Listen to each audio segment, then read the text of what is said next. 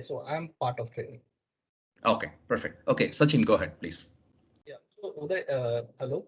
So I'm Sachin Pardeshi. I'm having roughly around 13 plus of years of experience. I've mostly worked with the Microsoft technologies, which is majorly a .NET, and I've also worked on a couple of JS framework as well. So I'm here to look around for the new offering of Blazor provided by Microsoft, and also I would like to explore the features and just compare it with the other features and other framework available in the market. Sure, perfect. Thank you, Sachin. Yeah, thank you. The next one is Saurabh Jadhav. Yeah, hello everyone. My name is Saurabh, and I have like three years of experience in general builds, and I had joined here like as a trainee and an intern, like others. Yeah, so I have worked on .NET technology, and in the front end we have Vue.js, and we are looking for a project in Blazors, and that's the reason we are here. All right. So you said 3 years, right? Yeah, You're having yeah. 3 years. Okay, got it. All right. Uh, Thank you. So the next one is Shayali Sanye. I think again I may not be pronouncing properly. Sorry about that. Hi Uday. So it's okay, no problem. It's Saidi actually, but it's okay. Firstly, thank you so much for sharing your part with us. It was really wonderful. And talking about me, hi all. My name is Saidi Sane. I joined General Mills 1 year back as an intern after my post graduation. And currently I have experience with mostly .NET technologies, and in terms of front end, I have worked with Angular. So mm, personally, I like the front end frameworks more rather than the back end side. So hence, I'm looking forward to learn technologies as much as I can. So thank you okay. so much. Yeah, thank you. You said you have 3 years or 4 years experience. No. I joined General Mills last year only, so it's just 1 year experience Oh, after it's my going on. graduation. Yeah. Oh, okay. All right. All right. Thank you. So let's move on to Shashank Chari. Hey, hi. Hope you all can see me. Yeah, Yes, this is Shashank absolutely. Chari, and I've been in journalism for about 10 years now. And over the years, I've been mostly involved in Microsoft technologies like ASP.NET. And so I work in both front end and back end. So I work in ASP.NET and then web services and Vue.js in the front end technology, jQuery, JavaScript, and all those things. So I'm here to learn more about Blazor because soon we are going to start with a new project, and we have decided that we are going to utilize Blazor for that. So I'm here to learn more about Blazor so that we can start implementing that. Perfect. Thank you. Thank you, Shashank. All right. There is one more Shashank Yadav.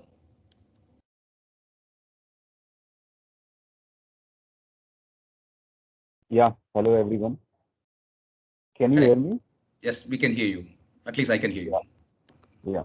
Yeah. So I am Prashant Yadav. I have overall 6+ years of experience, and currently I have worked on Microsoft technologies as well as from front-end side. I have worked on AngularJS and Vue.js as well. And why I am here in this training, just to learn new language and what is the scope of this Blazor and why it's currently in market. Why we and we'll see later how I can exactly implement in my process. Okay. Yeah. Great. Thank you. Yeah.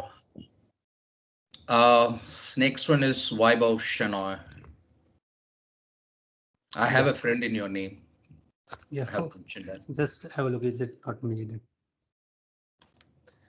another new fact. So hi guys, very good morning. So this is Vaibhav Shana over here, and I've got around 9 years of experience with Microsoft .NET Tech Stack, but I have primarily main experience on backend technologies. So Mhm. I've worked on various backend technologies, but have some basic understanding of front-end technology.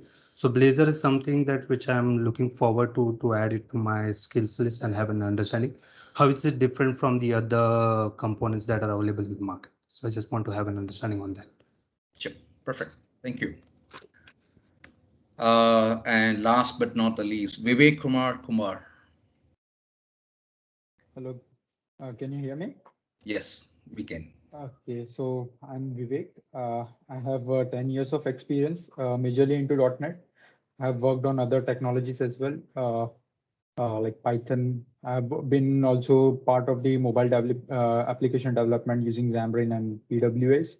Wonderful. I've worked on, I have like interest in working on both the side, like backend and front end. I've worked on different JavaScript libraries, Vue, Angular, AngularJS, and currently I'm working on a part of a new project team using React. The reason why I'm attending this training is to learn Oh, more you're about. working on React as well? Yeah. Oh, wonderful. That's great to Yeah. know. Okay. Yeah. So right now, the reason why I'm attending this Blazor technology session is I want to understand the offerings it brings to the table. Reason being, there are certain applications that might get written and we might have to rewrite. So this will help us considering the technological aspects so that we can decide which technology to move on. So that would be the another thing which would be adding value while taking decisions. Yeah, I mean, it's very hard, being actually in an IT industry, Yeah. choosing a technology and, moving forward, is always a challenging because actually, next morning when you wake up, actually, you might be coming up with actually a new technology. We don't know what's Yeah. there today in Microsoft's build, actually, wait for Yeah. it. There is. Yep. So, yeah. That's true. Absolutely true. So we have to be, because earlier in my early part of my career, my mentors used to say me, you need to be focused on, one particular technology, you Yeah. have to be, stick to that, master it. Of course, you can master it, but at the same time, you cannot be have word jargon of different, products actually and Yeah. technology stack which you work on. But that's not the case right now, Yeah. being actually once the world moved on into agile, things completely changed, there is a different expectations, and you definitely, there you could have seen, how different technologies and even there are different versions and updates, whatever it comes in handy for us, and also which makes, more productive, at the same time, a rabbit force tools. That's what customer even prefers, and customers are more technical now because we cannot deal with them as easy it was before 10 years.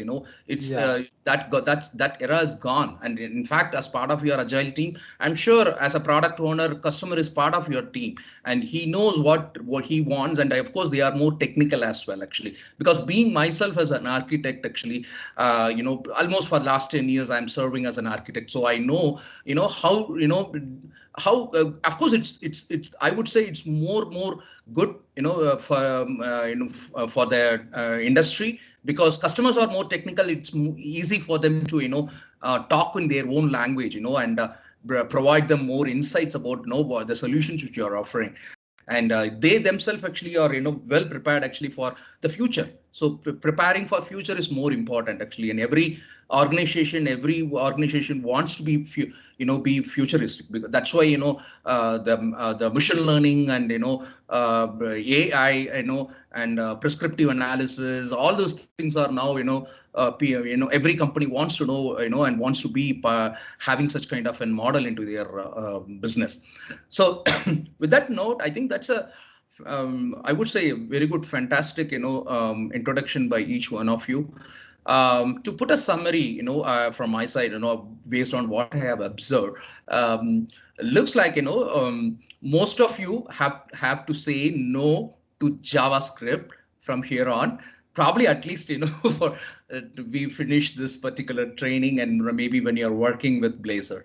So I was just kidding, but that's a fact, right? As part of the Blazor. So we are here, to say no to JavaScript and then focus on mainly with the baseline language which every single of you have. I believe everyone have a .NET background, and I'm sure you would have definitely programming using maybe most 90%, 99% with C#. Maybe 1% I hardly see people do with Visual Basic. That too, if there is a legacy applications, but otherwise, it's definitely you are using C#, right? So we are here in Blazor to say no to JavaScript, and of course use our well-known language. And the main reason, to bring that into the table by Microsoft is actually to don't make their developers actually to go and learn and maybe if they are actually a front end, a developer who's actually, desktop developer or like a web application developer or a Windows developer or a services developer or whatever might be, they are actually good at C Sharp, and eventually they want to make their developers to ensure also they can write actually like a single page applications, or maybe any progressive web apps actually, all those things, without even using actually a JavaScript. Because in the market we have some big time players, like as I was hearing from most of you, that you are having experience on Angular and of course Vue, which was very surprising, because I have, in fact, in the last 2 years, definitely Vue is actually also being actually a very highly competitive JavaScript framework actually across doing development. In fact, I'm coming very fresh from doing a deployment actually for a Vue.js based application. So then of course React changed the whole game, and of course as part of that, React Native from the Facebook side actually as well. So these are all very good. I'm a big lover of JavaScript, of course, and of course I worked actually extensively in Angular and React a lot actually. Vue, of course, I just developed actually 3 or 4 apps so far, but definitely JavaScript is something every single front end developer, as a full stack developer, they definitely believe JavaScript is the way to go. And it's not only these three. There are a lot of very good JavaScript frameworks. Of course, even I have have my own customized actually forked JavaScript frameworks actually, which we use as part of our developments actually. So those are all is good. But now when I come to Blazor, what Microsoft wants to address is actually mainly that particular thing, which they can bring their C# developers, and still they can go ahead and do all the magics what on the front end side of it with the help of C# itself, right? So that is pretty much I was happy about the way how all of you been having apart from the first person, if my memory is correct, actually the first person, apart from the first person, most of you all are having maybe at least a decent amount of experience actually in the industry, and of course being as a developer as well. So that said apart, of course we will jump on into Blazor development. Of course, looks like my Blazor is better. Hopefully you all like it. So obviously with that note, we'll get into Blazor development and training. So, but before that, we have to do a mandatory, and of course, it's also good to know. Of course, your stakeholders and your organization would like to also know, and me personally would like to also know what level of expertise you guys have in .NET. Basically, there is going to be a pre-test. So I'm going to share a link, and each one of you have to take this pre-test right now. And then once you finish, so it's gonna be actually a 20 minutes test. But eventually, maybe you should be able to finish it as quickly as possible. It's very straightforward and simple questions, but that just want to make sure everyone is on the same page. If someone is really a little bit struggling, or maybe they are the beginning at the stage of .NET development, so I'm going to actually give some additional focus to them to ensure they are also gels with this team, because that's more important. Teamwork is more important, and this especially during such kind of a crisis the whole world is into. We are all working from remote, and when you are going to continue to do that for at least for another year or so, which I believe so, based on what we looks like in India at least. So being working in a remote, so we want to know each one of us what's their strengths and what's their probably their positives and negatives, and carry as overall as a team, so that each other can put their shoulders across to pull up a project actually deliver successfully. So that's the reason this pre-test is going to be. So without any further delay, let me go ahead and share you that link. Please go and take a very honest test. I'm sure all of you, but I just want to share that. Don't take me wrong. Let me bring it.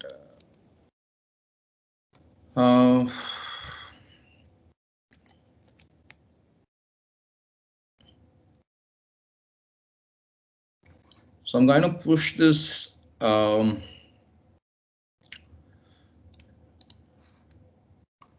right.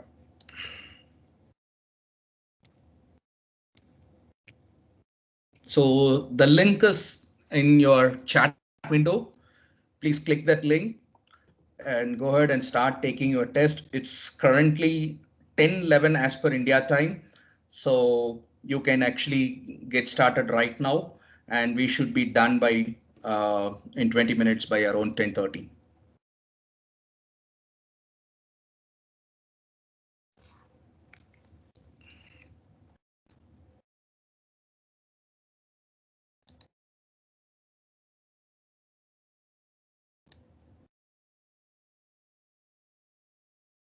Once if you are completed, please leave a note in the chat window saying that you have completed, so that we can take it for your account, take your test for account actually.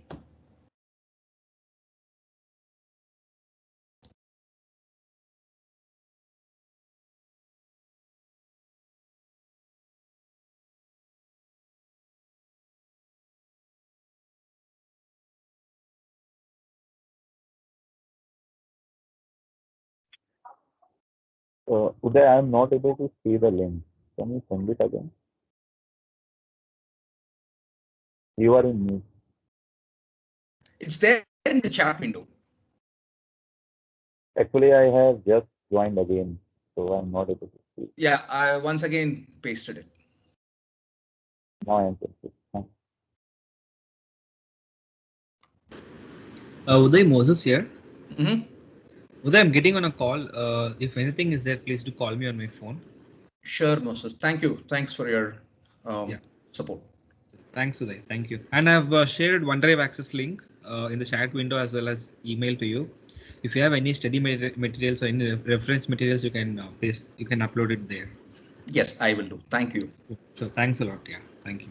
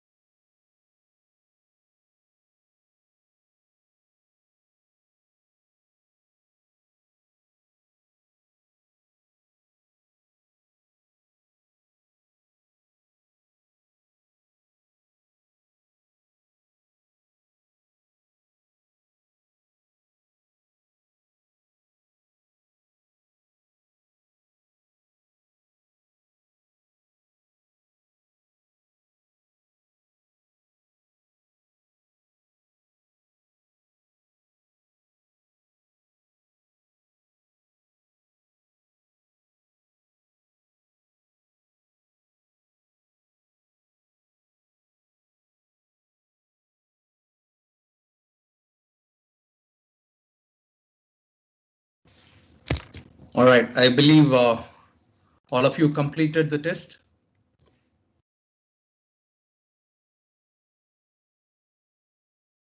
Yes.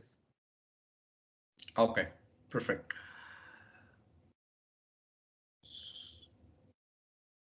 Let me check the responses.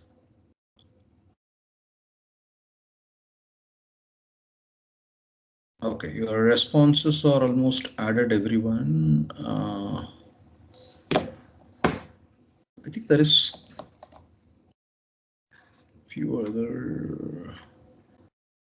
I think we are expecting still 3 more responses. I don't know.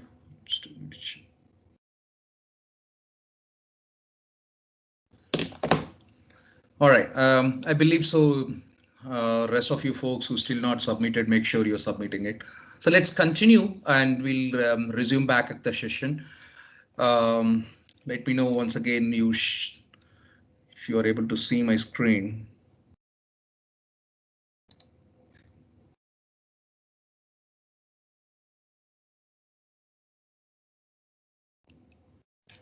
Okay. So what's there in the plate for today and what we are going to see? For the today's session is basically, of course, there is going to be a basic introduction in terms of what's Blazor, all those things, and then introduction to .NET 5.0. I'm sure most of you worked on 3.0. I was hearing, and maybe some of you definitely moved on into 5.0. Of course, no more we call as a core, .NET Core, because that name has been already taken back to avoid some conflicts actually, and it's called only .NET 5.0, and Microsoft stick to that actually. So only till .NET Core 3.0 and 3.1, all those things we had, but 5.0 onwards actually it's only called as .NET 5.0. It's no more called Core. Okay. And then, of course, we are going to see how Blazor works, and then we're going to see the juice of this training, which is the WebAssembly concept, and we're going to see how do we set up the development environment. I'm sure most of you have received already the kind of ID you need, and I'm sure all of you who are working in .NET who definitely would have actually VS.NET 2019, and with, of course, I asked to update you all of your VS.NET actually to 16.8. I'm sure you would have updated. And then we're going to see some pros and cons as well. It's also very important when you're learning a new technology. You should not only see the brighter side of it, you should also see the lighter side of it also, because it's more important to understand the lighter side of it as well. Then only as a developer, you can actually, program it according to its strengths, and probably try to avoid those, the gray areas into the technology.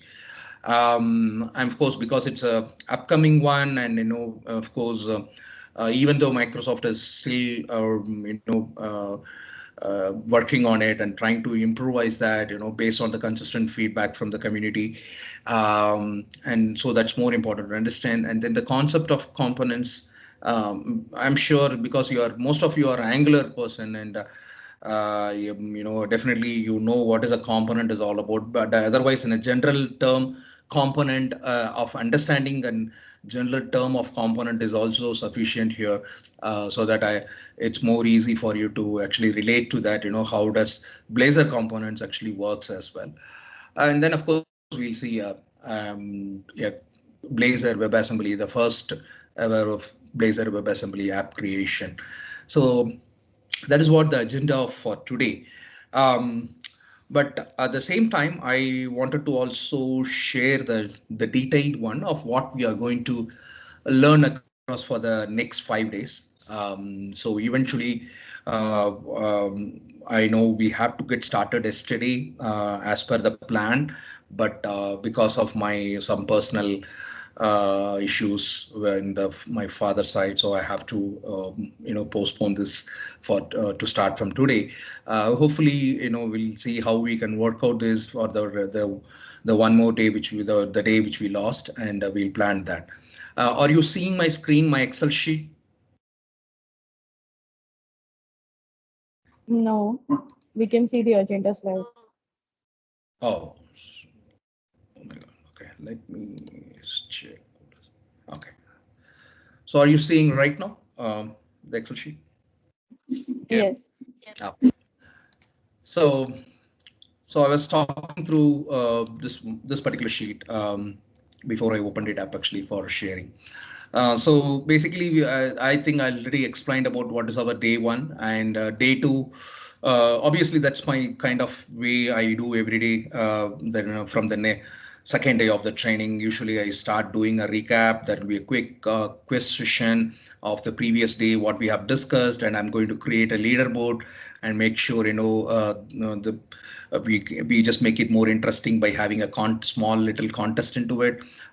So that's going to be the quick quiz session, and then we are going to see some of the topics like Blazor server, how does the JavaScript interoperability works, the different hosting models. Of course, I'm going to give a light of that, actually throw that some of the lights today of the hosting models, and we are going to see also the better understanding of how does a Blazor application architecture itself has been planned, because you are all definitely having a very good or at least a decent amount of experience on building .NET based web applications and of course JavaScript based applications actually. So but Blazor application itself, how does it works, and do you really think that's the technology to go, or and of course looking into the pros and cons and rest of the factors, there is a lot of decision have to be should be going into this before really making a plan to even migrate your applications. Of course, I last year around December actually I did a migration of an ASP.NET MEC application into Blazor, and I can definitely show some glimpse of it, what and all I went through personally when I was doing those migration, and it might be helping you guys as well, when you have such kind of situation actually, rather building actually from a scratch, because most of the customers maybe wanted to do that as well. Such kind of request came to me, so I did that.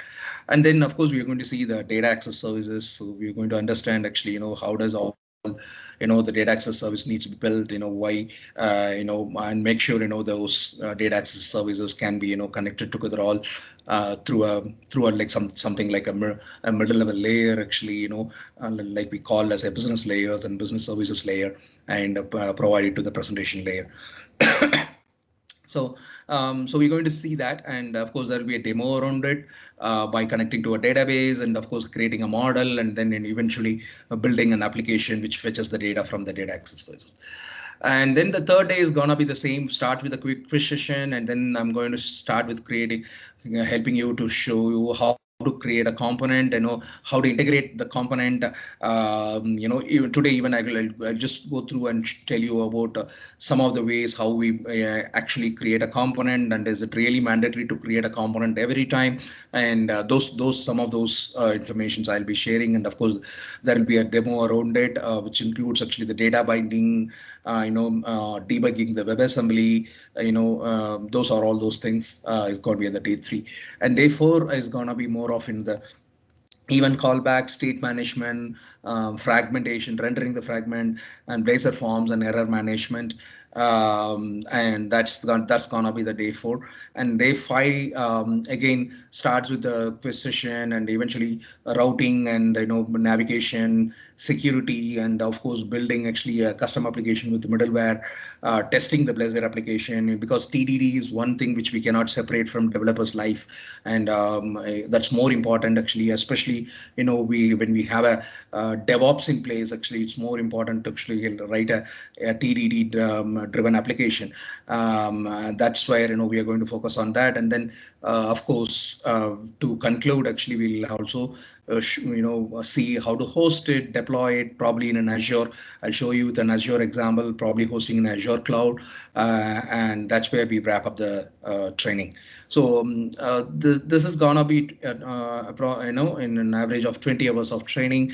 I personally of course I believe this can be done, and Of course, there is going to be some rush into this because it's even though I requested for a longer duration, but I think the management and stakeholders were very particular about to stick it to the 20-hour session, and I can able to buy only that time. And so obviously I need all of your support, to make sure, we able to, cover all the techno topics which we really planned for it. And I'll stick to that, at least make sure it is done. And there will be also at least, 3 or 4, minimum lab sessions, which you will be working on hands-on lab, and then you'll be sharing it with me.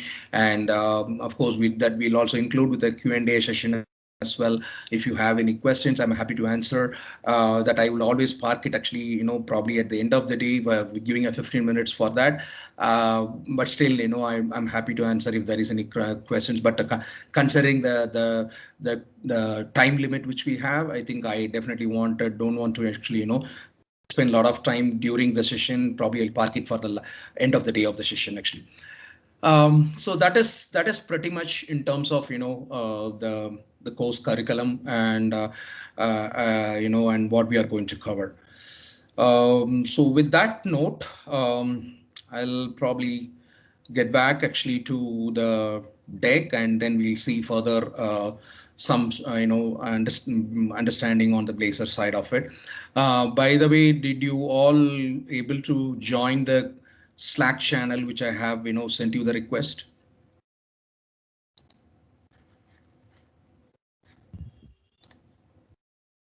Yes.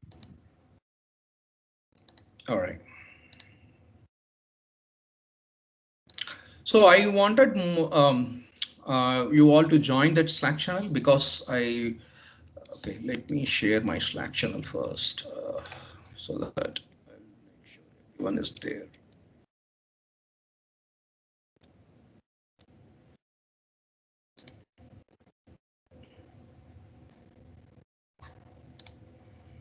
So this is where I'm expecting you guys to be there. I can see I have sent 14 requests. 14 members, including me. I think there is 2 more people I think are missing. Maybe let me know if you are not here, because I'm going to use the channel eventually actually for sharing more information, probably to share your hands-on labs, probably to share the materials, probably to also to have more kind of a polls, conducting polls, all those things. So it's going to be more of interactive, even though it is a maybe a shorter duration for every day, but still I wanted to make it more more interactive as well, so that at least you have the benefit of gathering all this information and probably having a chat at least each other, and then if you need anything, definitely you can also comment over here. So that's the reason I just have this channel over here. Please make sure you are joining here. So I will start probably today, since we started, maybe end of the day, I will go ahead and then also upload all the related materials related to the training and any other information which is required.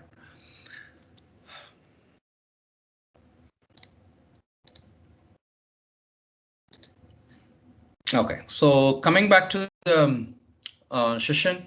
So we've taken the pretest, so I think we are good.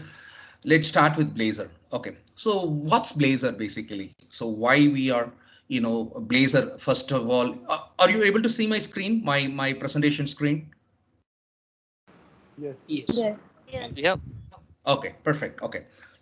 So whatever, first of all, in whatever might be the reason we are here for Blazor, learning Blazor and understanding what Blazor is actually as a technology, which is actually providing us. Uh, One of the main reason I would say, at least the .NET community and C# community will love this. At least definitely, there is a big ask from C# developers when they are being turned into a like a web developer, front-end web developer. Until unless you're staying as a back-end developer, creating services, or working on the back-end side of it, actually creating middle-level layers or data access layers, you're good. But when it comes to the front-end side of it, definitely everyone challenges in terms of why we need in first place, when I look for JavaScript. Okay, I have to learn a new, probably the front-end programming language, which is JavaScript, and eventually that gives me an additional burden into my team to learn that. And sometimes, of course, it's even though it's a very friendly, very user-friendly, easy to understand.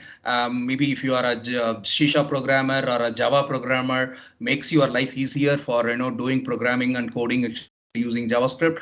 And there are a lot of other good reasons, being actually on the client side of client-side scripting, or running inside the browser, making sure everything is working as good as actually you run it in a runtime. So all those good reasons are there, but still programming it with your own native language, which you are being hands-on, is going to be definitely going to be a different benefit. And of course, it's going to improve the productivity. I definitely at least believe in that actually. When we try to do the migration of porting my ASP.NET MVC code into C#, we definitely felt that actually, and we are all really happy actually as a team. We could pull each have a very quick rapid development actually.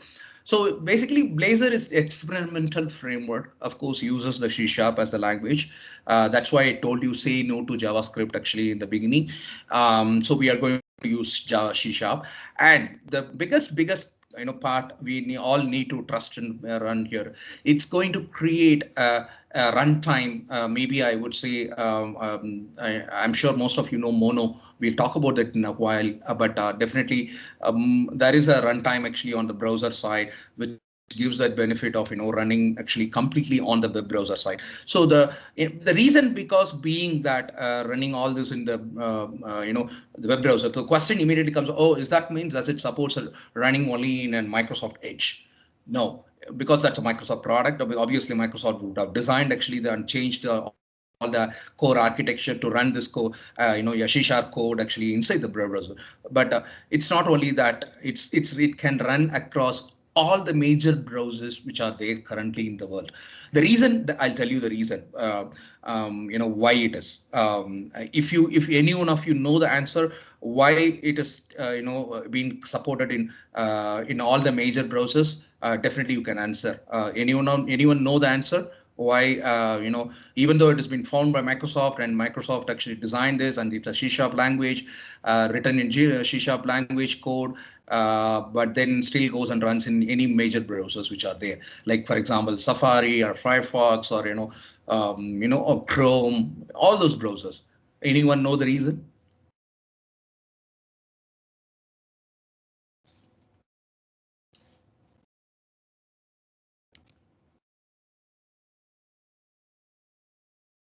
You can, if you know the answer, please write, open your mic, and then actually you can tell me the answer. So since it runs as a WebAssembly, is it same like how a JavaScript runs for a browser? I mean, it does not much difference for a browser. Like it doesn't make much a difference if it is running an Angular or a WebAssembly, because it's still using the same kind of JavaScript framework for a browser. So that doesn't make much difference for a browser. Okay. Okay. Maybe kind of, I can take it as a maybe my probably third or fourth kind of expectations and answer expectation. But there is a main reason to it why all the major players, because for example, if you take Safari, of course from Apple, and then if you take Chrome, it's from Google. There are different vendors, and they all have come into this and supporting actually this, and that should be some reason to that towards this, right?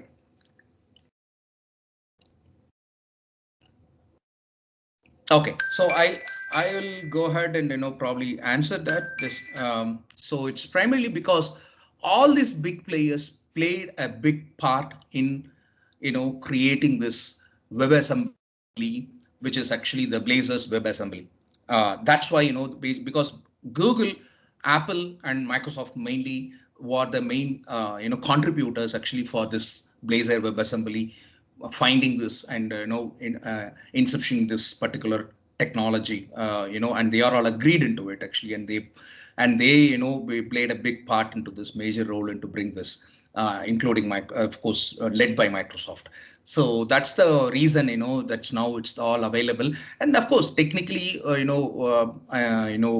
probably whatever you answered is, of course, to some extent it's correct as well. But there is something into it. It doesn't actually directly runs into the there is actually, of course, there is a real sandbox into it, and there is another runtime into it actually, which eventually enables to run this into a web browser. But we'll talk about that later, right? Okay, so Blazor as a name has been given because it's actually a combination of browser plus Razor. I'm sure most of you know Razor applications, because as part of ASP or MVC Razor applications, Razor pages, most of you guys would have definitely worked on it. So it's a combination of Razor pages as well as the, of course, it's been actually able to run in browser, and that's why it's called Blazor, right? So that's why the name has been, given and found. What are the features? Why do we really stick to this, and why, Blazor, for us, or probably for anyone who looks for, what's there into Blazor actually. The first thing, of course, it runs completely in the browser side. Even actually, you don't need to basically host it anywhere else. I mean, we host it in the sense actually you don't need to, have a server runtime actually to do this. But of course, it runs in the browser side, and then runs in a memory safe sandboxed environment. That's what I was mentioning, that, and nearly faster as the native application. When I say native application, obviously, it's with actually the goods of JavaScript actually, and all the native code, how it works actually. So it also runs as faster as the native applications, even though there is a bit of code compilation happens in between. And then there is also the very necessary SPA features available, which are supported by Blazor, which is more important for any single page application. Like I'm sure working with the ASP.NET MVC, or working with actually Angular or Vue, or any SPA applications which you work, definitely you are being known to undo few things and understand few things, which is the routing, to routing actually to the respective actually components or respective pages or respective application actually. So, and then of course the other part is also very important, is actually also the dependency injection. I'm sure most of you know IOC, the inversion of control. So so dependency injection is also been since it has been SPA features, that's one included as part of that as well, and components. So that's also more important actually. So these all necessary SPA features are actually supported by Blazor, and Blazor applications can be also deployed on machines having no .NET, just as static files. That's the beauty about it actually. So you can go and deploy in any machines, which doesn't have a .NET, just as a static file you can go and deploy, and it still can actually function. And that's the beauty about it actually. And we are going to see how it is possible, all those things as part of the architecture actually. And then all the modern browsers support Blazor because they all support WebAssembly, because all these web browsers which are being the modern web browsers, or maybe the web browsers which are there in the industry for quite some time, all of them actually have the benefit of supporting it. And more importantly, it's also been actually able to create a rich interactive UI using C# instead of JavaScript. So whatever you are able to do with a rich interactive UI with JavaScript, that is something you can still do it in C#. And then it's also gives you the biggest benefit of sharing your server side and client side app logic written in .NET. So you write actually you create, and you can also share the server side and client side app logic, that the logic which you create can be written in purely in .NET actually. And then at the end of the day, when you are rendering it, actually it can be rendered the UI as HTML and CSS for any sort of browser support, including mobile browsers actually. So that is to be precisely on top of that, you will be also able to share your code between backend and frontend. And probably if there is any specific hosting models which you are preferring, we are going to see that some of the preferred hosting models. So that with that hosting models actually, because there is a hosting model called server side and a client side. So we're going to see how that actually going to help you to actually share the code between the backend and the front end as well actually. In fact, the biggest benefit you get here is also the code which you are writing actually is of course in C#, and you're writing, you don't need to actually create a separate application or separate project actually for enabling your services. For example, when we create API services, so to actually provide the data access actually, so we create those services, and then actually the services will be consumed by the front end app actually. But here we can write all our entire code into as a single solution, so that we can write actually all into our one application where it includes the front end, your middleware, your backend, everything into as a single application. Here as a separate, just as a project, you don't need to even write as a API services. So you don't need to create actually even a REST API actually kind of a thing and then consume that, because it's part and parcel of your all this front end code is also part and parcel of your application, whole application. So it's a one single core application under a single roof you are building this. So does it requires any kind of any plugin? So nothing is required actually. And of course you are writing actually everywhere in C#, so there is anything you are going to learn, newly learn or something. It's only C# you are going to write the code. And of course, at the end of the day, it's going to actually render this as a WebAssembly. We'll come to the point. We'll understand what is a WebAssembly, because that could be a new term for some of you, and probably who knows actually what assembly. It's not a new term called WebAssembly. So we call WebAssembly as something called as a WASM. So WASM stands for actually the WebAssembly kind of a thing. So it's called WASM. So, and what is there we are going to see in terms of actually the architecture, in terms of the hosting model. That is something which we are going to see in our upcoming slides actually. Okay, so if you have any question, I'm happy to take one or two questions and move on to the next slide.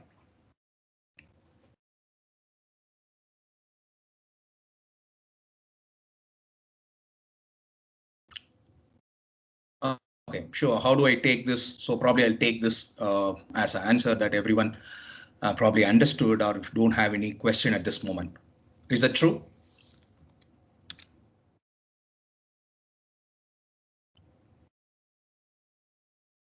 Hello? Yes. Yes. Yes. Okay.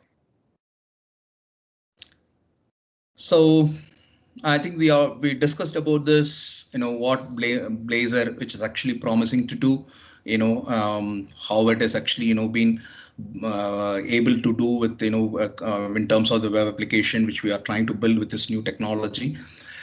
Now it's time to actually, understand about what is there into the .NET 5.0. As I was telling earlier, of course, it is released on November 10, 2020. And of course, we have the updated version 16.8. I think you have already that updated in your machine. And there is no .NET Core 5.0 now, because it's all in under single umbrella. It's called .NET 5, because the idea is to bring the runtime actually into a single .NET platform, which is called as a BCL, which is called the Unified Base Class Libraries actually. And the biggest part, of course, as part of the .NET Core is actually the open source benefit you get it as well. And of course, it's the only platform we have right now, which is .NET 5.0, which also combines the features of .NET Core 3.1 and .NET Framework 4.0. 8x. So these two are being combined, both the .NET Core 3.1 and .NET Framework 4.8. So that's the combination we get into this .NET 5, which is the combined platform which we have as of today. So that is the the main reason actually .NET 5 is there in now. And of course, we all know, as a .NET Core, why, because if some of you really don't understand why .NET Core and why .NET Framework, the main difference is, of course, .NET Framework is an open source framework which allows to develop Windows web applications. Of course, it can run in all the three major platforms, Windows, Mac, and Linux as well. And the main reason being is actually also that it's very lightweight. Provides much better performance actually in terms of communication between the browser and as well as the server side. and eventually it is actually a cross-platform. So that's the benefit you get it as part of the .NET Core. And as I said in the previous slide, it's a combination of .NET Core 3.1 and as well as .NET Framework 4.x, and which we are doing actually in .NET 5. And I believe that could be the reason actually even this training is been doing it. We are doing it .NET 5 instead of .NET 3.1. So that's the basically what a .NET Core is. I'm sure most of you been understood by the time, but just to make sure. And this again, what are the main reasons we choose for .NET Core apart from cross-platform, all the other benefits. Of course, dependency injection is inbuilt into .NET Core. That's one of the biggest part. I would definitely recommend using .NET framework, .NET Core, despite a .NET framework, because despite apart from the open source it's being, and of course testability. So unit testing is actually part and parcel of today's .NET developer life, and any project which you create, obviously it is mandatory actually to create the test projects as well, to create actually the unit testing. And especially in .NET Core applications, it's more test, of course, because of the dependency injection also playing a big role into it. Actually that gives the separation of concerns and make sure it's also testable as well actually. So there are different benefits which we definitely believe in using .NET 4, but .NET Core. Coming to the .NET 5, .NET 5 is actually the major release. I think I already talked about that, but let's talk about more focused actually on the feature side of it. So there are major features actually which are there when it comes to language updates, like a C# and F# updates are there. How many of you here are F# programmers? Do you know who programmed in F# actually? Anyone worked on F#?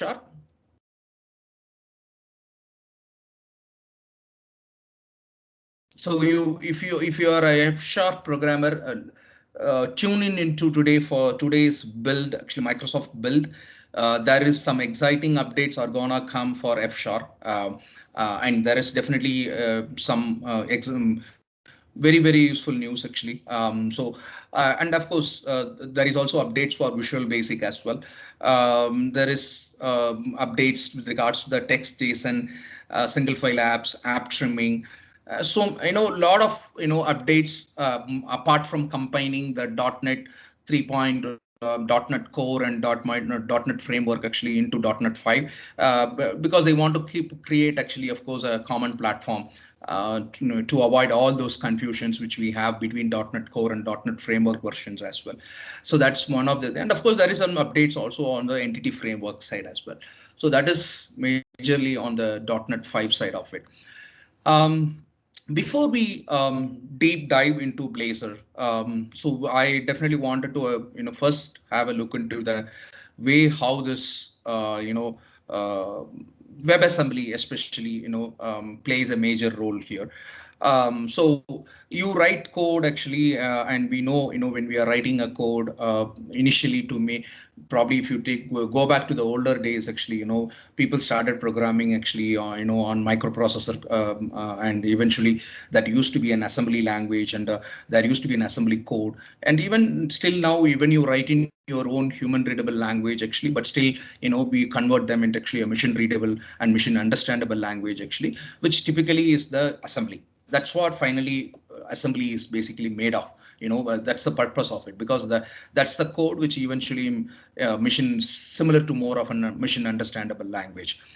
So they are mainly dependent on the processors. So assembly codes, of course, all of it's the processor dependent, and there are different processor architecture. For example, I learned actually 8085 when I was doing my graduation. So obviously some of you and most of you would have also learned as part of the microprocessor architecture actually.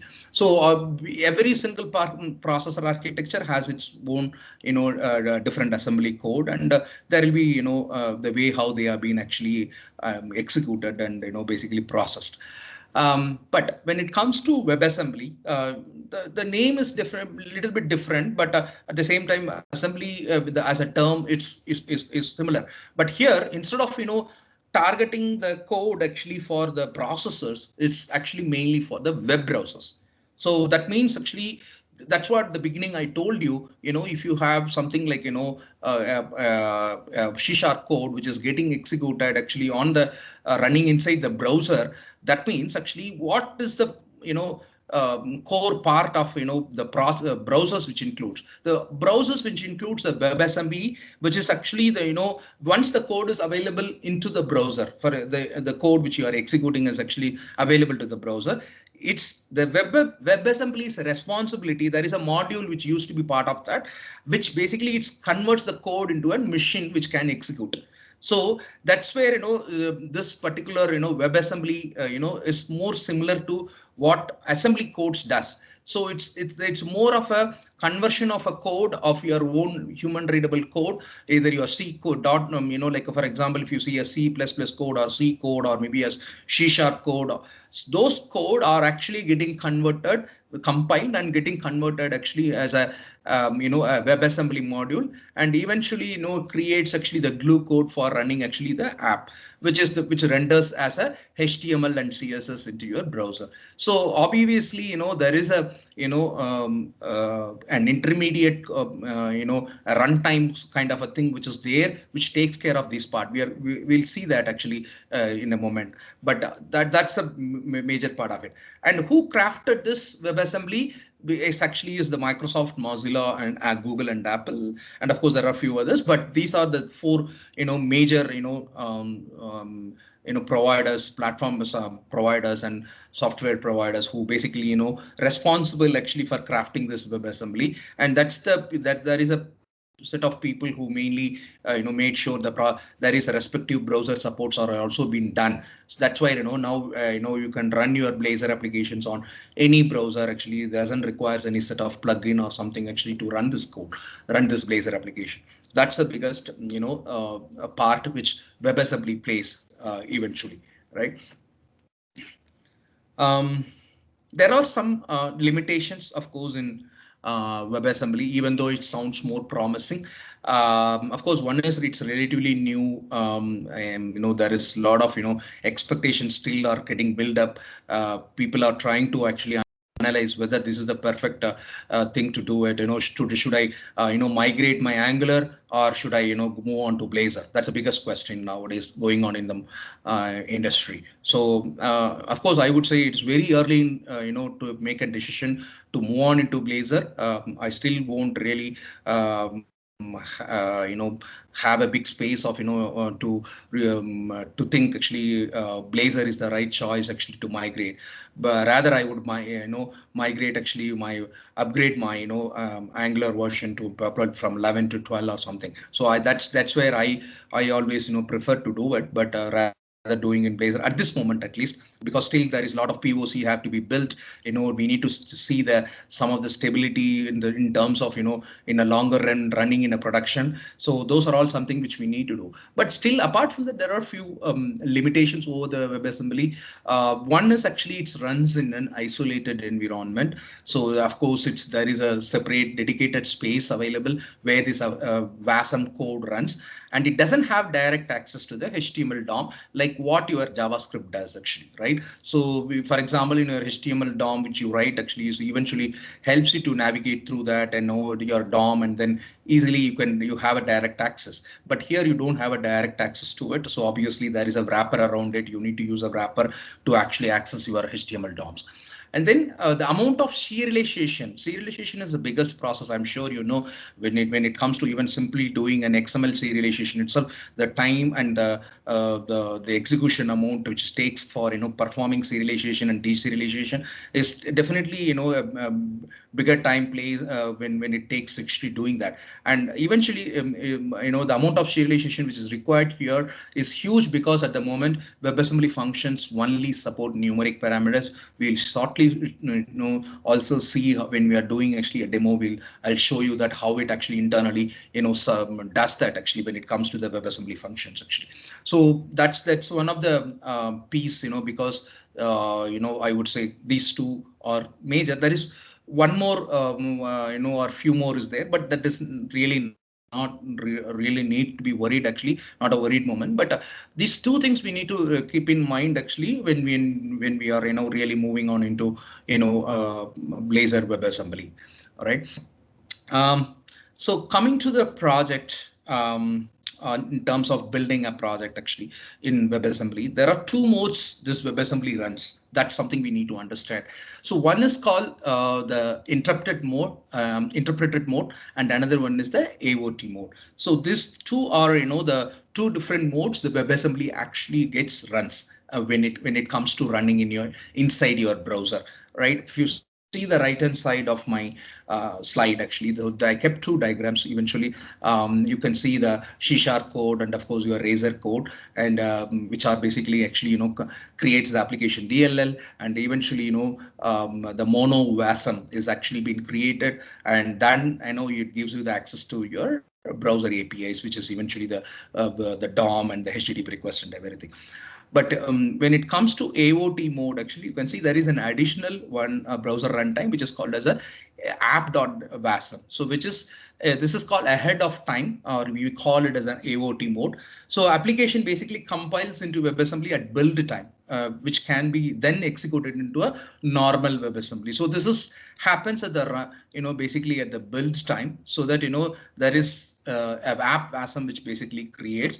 Both are have it depends on how you want to actually compile your applications and execute this WebAssemblies. So we can actually use this in this different modes can be turned on and turned off. So the interpreted mode obviously gets compiled in as a WebAssembly because it once the mono runtime, I don't know how many of you have chance to when you are working with .NET Core, definitely you would have had a chance to look into the mono project as well.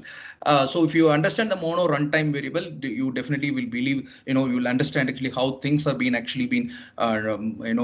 basically perform execution process and runtime process and build process happens into this mono runtime.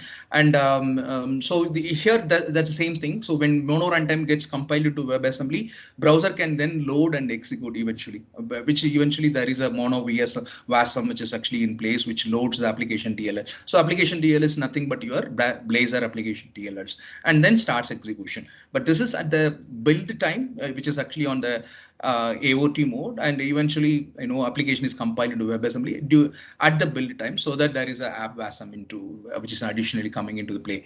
So this is overall the way how actually the part of the WebAssembly architecture, how things are been working on. Then the very important thing to understand, before even putting your hands dirty into the Blazor code, it's more important to also understand the hosting model. How does this hosting works actually? How do I basically host this? What is it? Something like the standard traditional way of hosting a ASP.NET applications actually. Of course there is no more ASP.NET web forms, of course, but still it can be hosted just like in an IaaS, like ASP.NET web forms, and it can be hosted, and it can be hosted in following ways. One is client side in the browser on WebAssembly. That's what we are going to see. Or it can be hosted actually as a server side in an ASP.NET Core app as well. So it can be two ways. So but when it comes to client side based deployment, hosting, Blazor WebAssembly apps executes directly on the browser on the WebAssembly runtime, which you saw just now in the previous slide. It hosts and then runs. So obviously it works like like a JavaScript, like your Angular and React, how it works. It works like that actually. So it's basically just executing the WebAssembly apps directly into the browser and executing it actually. So that's the hosting model in terms of the client side of it. But when it comes to the server side, which is traditional model of it, because the approach is differently from on the server side of it. So you have components renders, which actually obviously gets output and decoupled from each other. Eventually, the server side approach, the components runs on the server side, not on the client side, and eventually, changes to this changes which you are doing actually on the application reach the server and thereby the components as well. So there needs to be always between a real-time connection between your server and the client. That means actually there is an expectation actually to lead for the threshold in terms of the network bandwidth. All those things comes into play between the server and the client, which eventually happens in any application, traditional applications. When you have a web application and it has actually access to services. Actually, eventually you need to have a real-time connection between them. Apart from the other techniques we follow actually to create the cache, right? But otherwise you need to always have a real-time connection. So that's pretty much the same idea as the hosting model. But otherwise the way how things are being rendered actually is actually it produces a UI and then sends actually back to the server and then applies to the DOM. So eventually there is always server side creating, which traditionally ASP.NET applications, if you've developed, actually I'm sure it's not a new thing which you would have done in the past. So these are the two different hosting models, the client side and the server side. But there are also some pros and cons. Which one to choose? Should I go with the client side one or should I go to the server side one? There is some obviously some reason. There are some pros and cons into it. Should I opt for that or should I opt for this? That there is some pros and cons. Let's understand that. But before moving into that, probably I would I'd love to take a break, probably for 10 minutes from now. So that means it's 11:15 now. So we'll join by 11:30. Back into the session.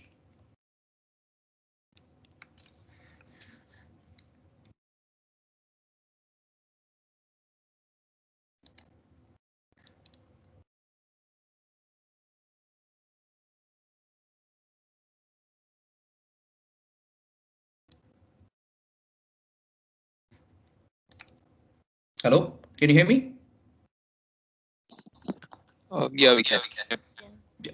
So did I, by any chance, actually my sharing was not there because I could see something. My share is stopped. Actually, is that true? But are you all able to see my slides so far? Yeah. Okay. Okay. All right. Yes. Okay. Please stop the recording and then again start back once we resume. I guess it's only Moses is one who does that. If you are speaking, please probably you have to be a little bit closer to the mic.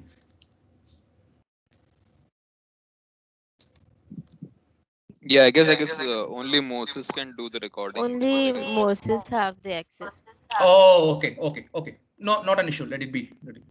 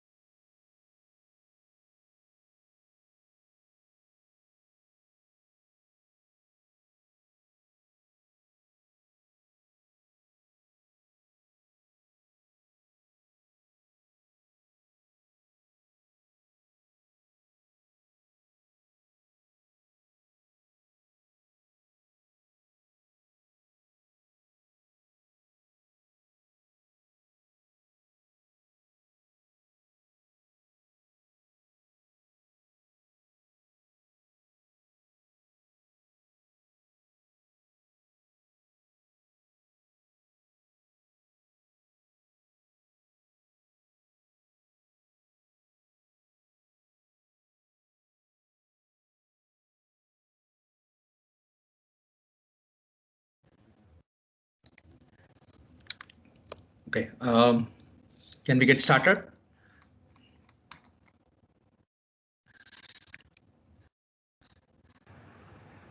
Yes. All right.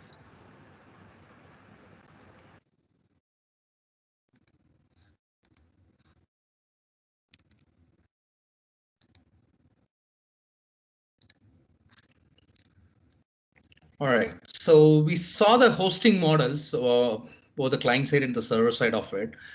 Let's see how it's actually internally works when it comes to rendering actually the page, and eventually what's happening inside of it. So as we all know, it's of course, yeah, Blazor is a client-side web UI framework, which eventually takes care of rendering your application on the browser. And we saw that it's basically runs directly into the browser. But how does it basically takes care of the handling the user interactions and rendering the updates when it required?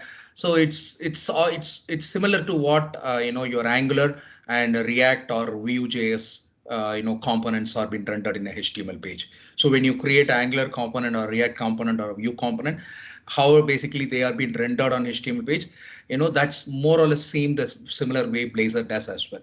But the components are actually not rendered to the DOM directly, which I think you all know.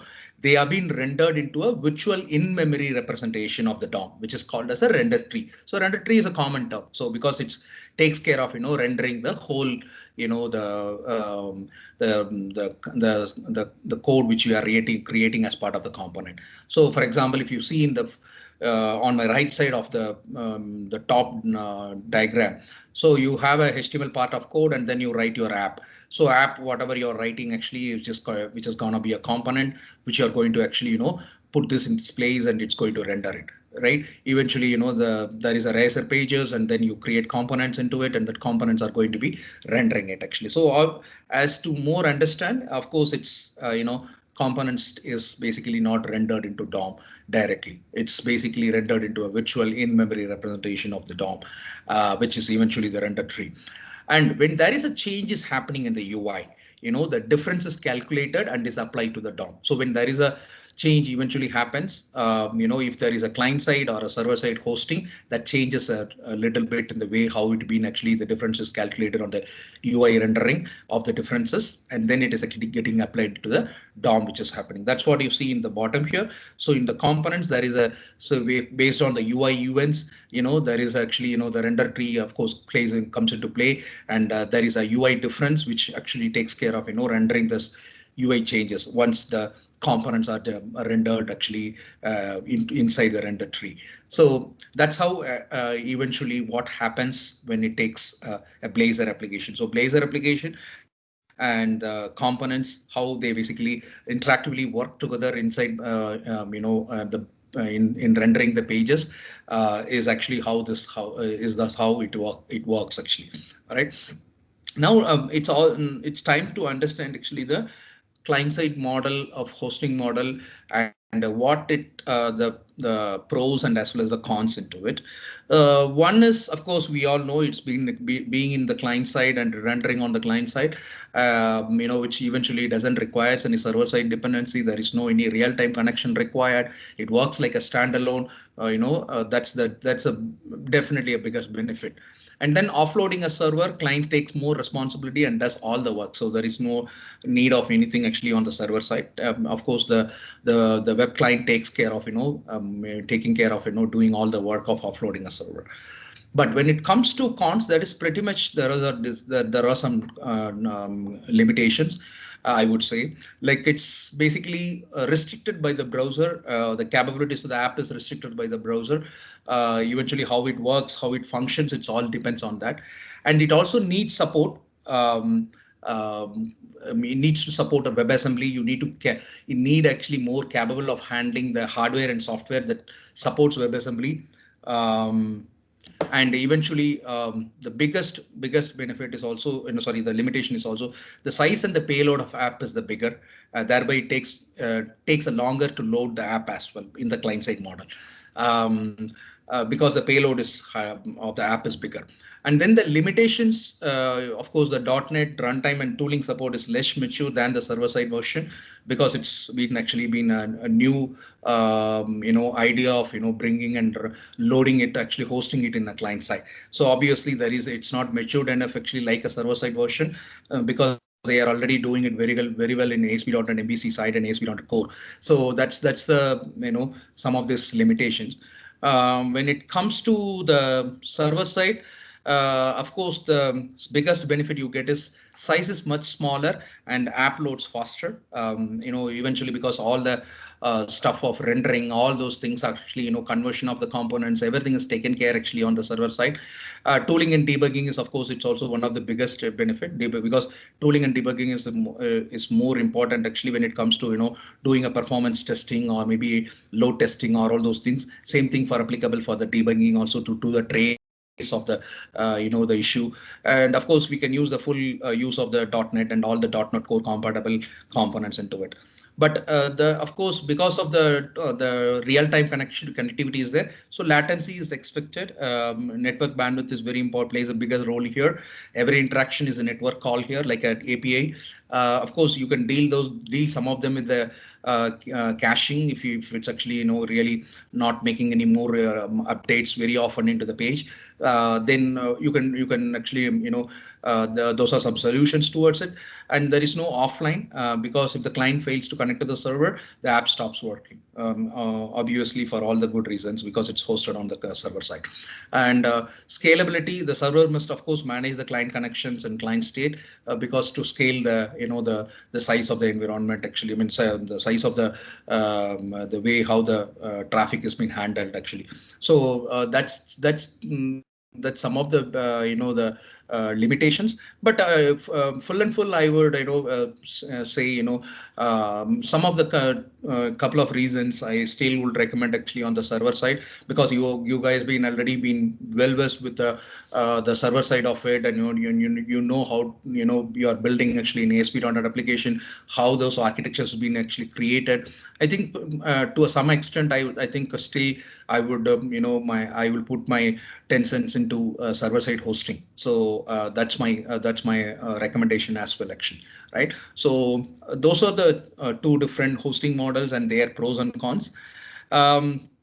Of course, these are all something which we already understood actually what it does in the client app and the server app side. This is exactly what I was discussing so far. Of course, client app runs in WebAssembly, server side app runs using SignalR, because server side app is of course using the SignalR, rather of the WebAssembly side as well, right? And so what we do for setting up the development environment. So first I'm going to show this with the Visual Studio Code. I'm sure most of you have Visual Studio Code as well, apart from Visual Studio 2019, the licensed version.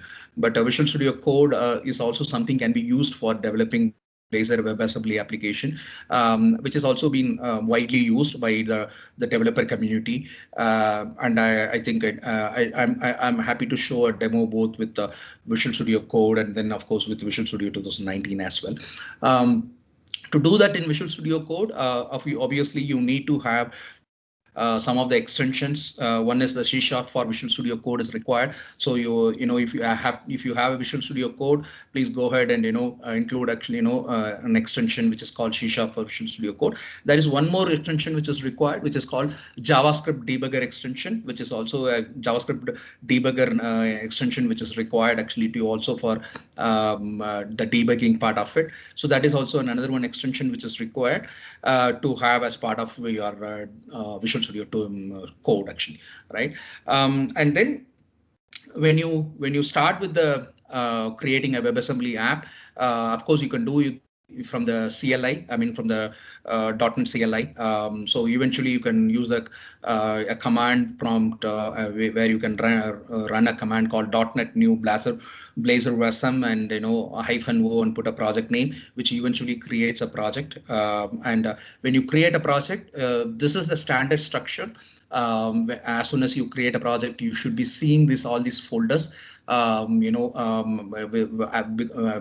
per the template which we chosen, which is the Blazor WebAssembly app, and that brings you actually with the folders like some of them I think you are already familiar of, like pages, shared, and probably WW root as well.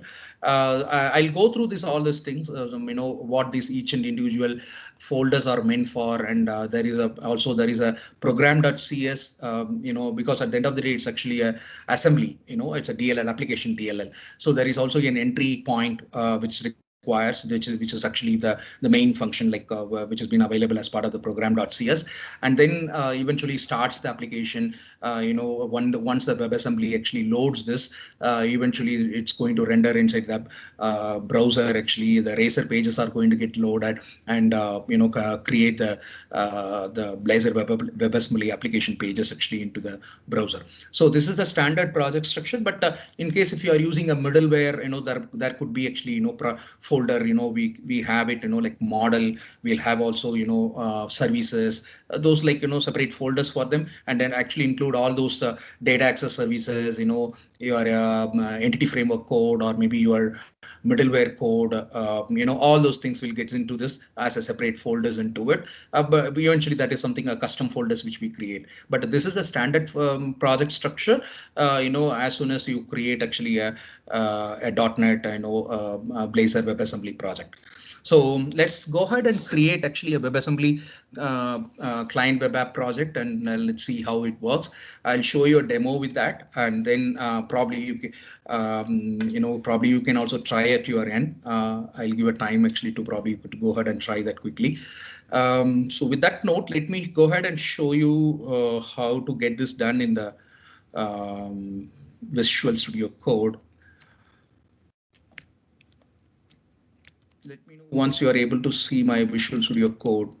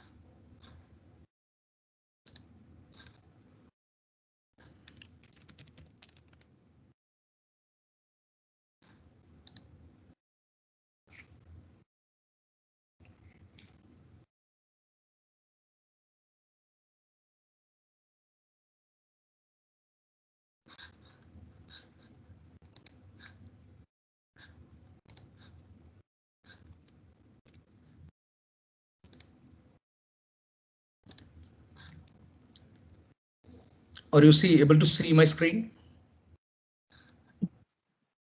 Yep. Okay, so I'm inside the Visual Studio Code.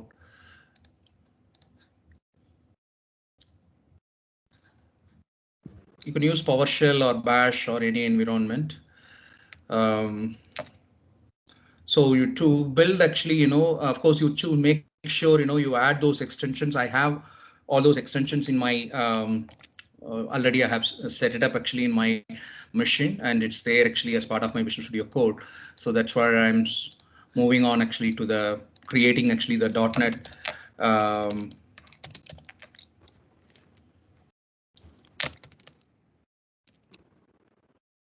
So Blazor Wasm -o, and probably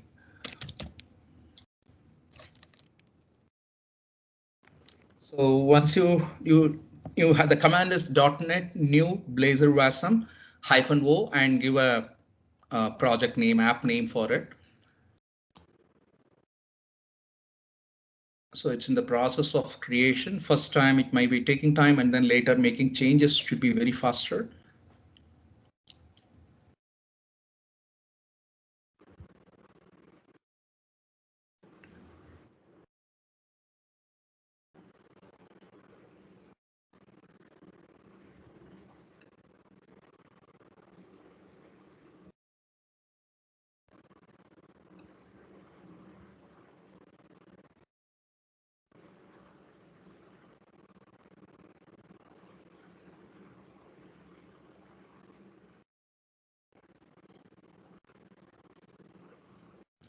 So by the time if I expand my project structure, it should be, you can see almost all the folders are created. Once we get the prompt back, actually we can start running this. It should create a default Blazor WebAssembly application, with a standard template which has been there.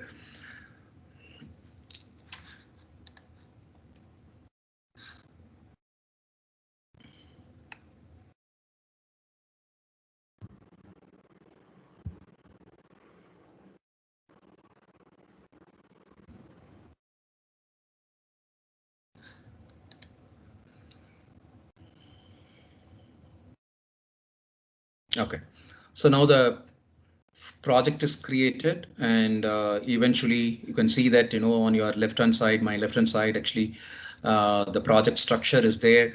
Of course I'll go through this project structure later, but I'll go ahead and also run this, and I'll show you the outcome of this the project which we have created.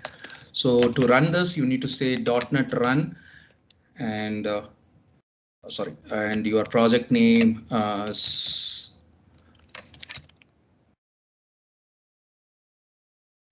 sorry. The problem is we have to switch over into the app folder to run this. So you have, after the project is created, you have to log in into, get into that folder and run this.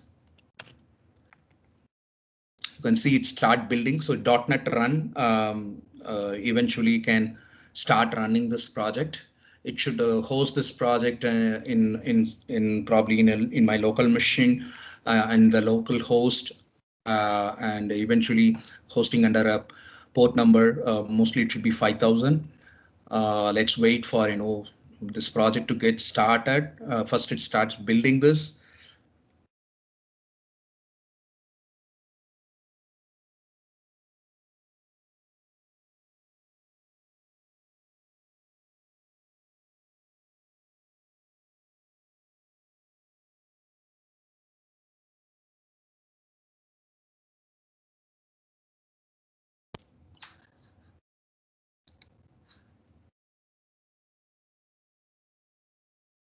So you can see it is already hosted and it's running in port number 5000.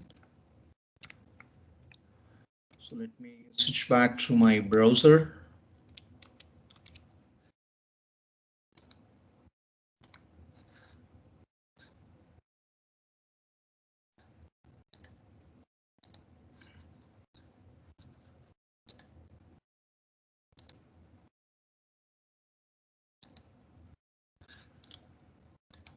So are you able to see my browser? Yes. Okay.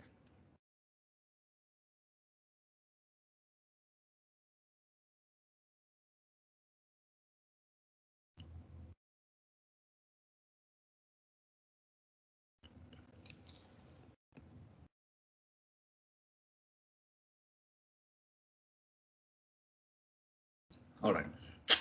So eventually, this is a default app. Obviously, when you create actually a project template, actually, with the project of this, so it gets with the default project template, and this should be this whatever seeing on the navigation, like counter, fetch data. These are all the default stuff. So these individual pages like home, counter, fetch data are all individual pages.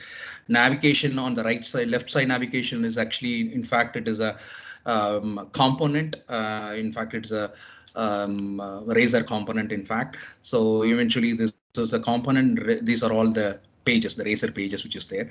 So this is the default one. So now let us go ahead and see the code. What where this all this how these pages are being actually been available, and let's try to do a small change and then come back to the screen, come back again to this. So let me bring up my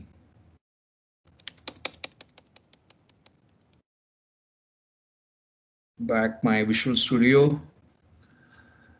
Okay, so first of all, to start with that, of course, bin and OBJ folders, obviously, and I will move on to the pages. So as I was mentioning, there are 3 pages. One is index, which we saw. So this is the index page. So let me go ahead and make change to this.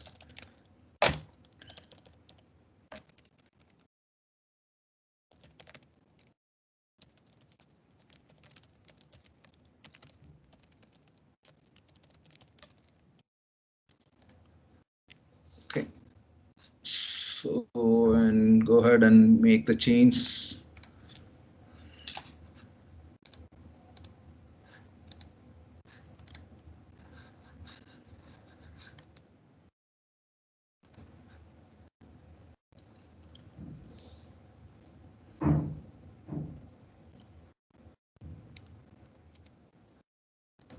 So after I make this change, let me move on to the browser.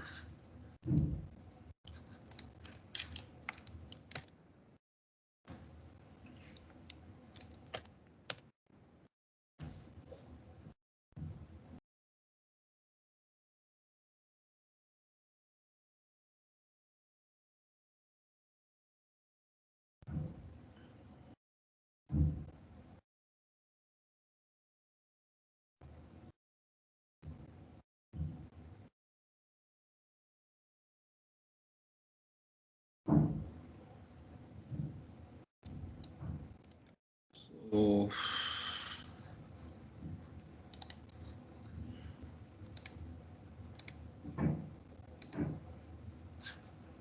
now let me go ahead and refresh the screen.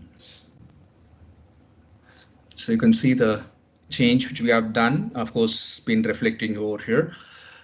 So because that is actually one of the Razor page over there. So that is about the pages. So you create Razor pages, all the pages which you required in your application, and make sure those pages are eventually you work on and you update. Actually, we are going to see further in depth actually on all these things later. But let's move on and see the rest of the folder structure. So let me go back to my Visual Studio Code.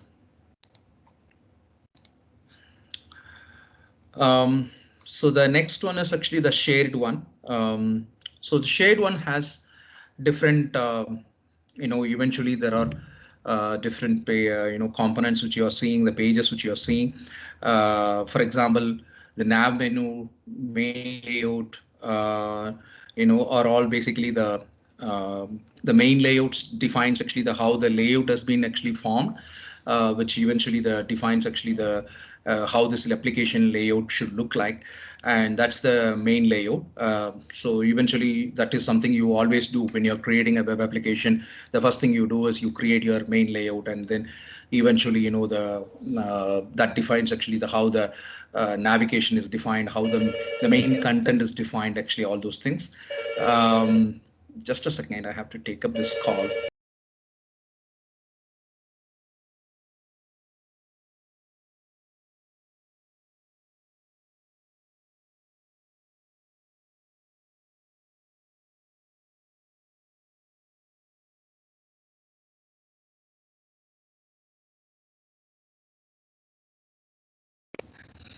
Okay, sorry about that. So that's why this main layout razor is. And then the nav menu razor is actually the navigation. So for example, if you see on the left hand side, well, you would have seen the navigation like, home, counter, and of course the last one, the fetch data as well. So we can actually, in fact, for example, if I wanted actually a, additional navigation, I'll make this change here.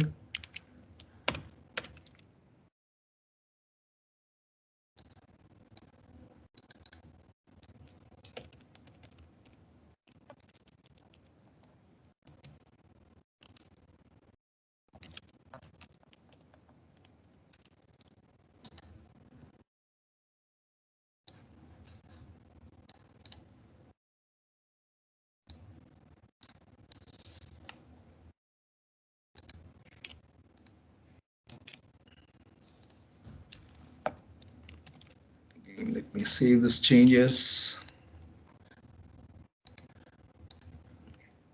To shut down the application, you have to use Control C here. So eventually that will shut down your application.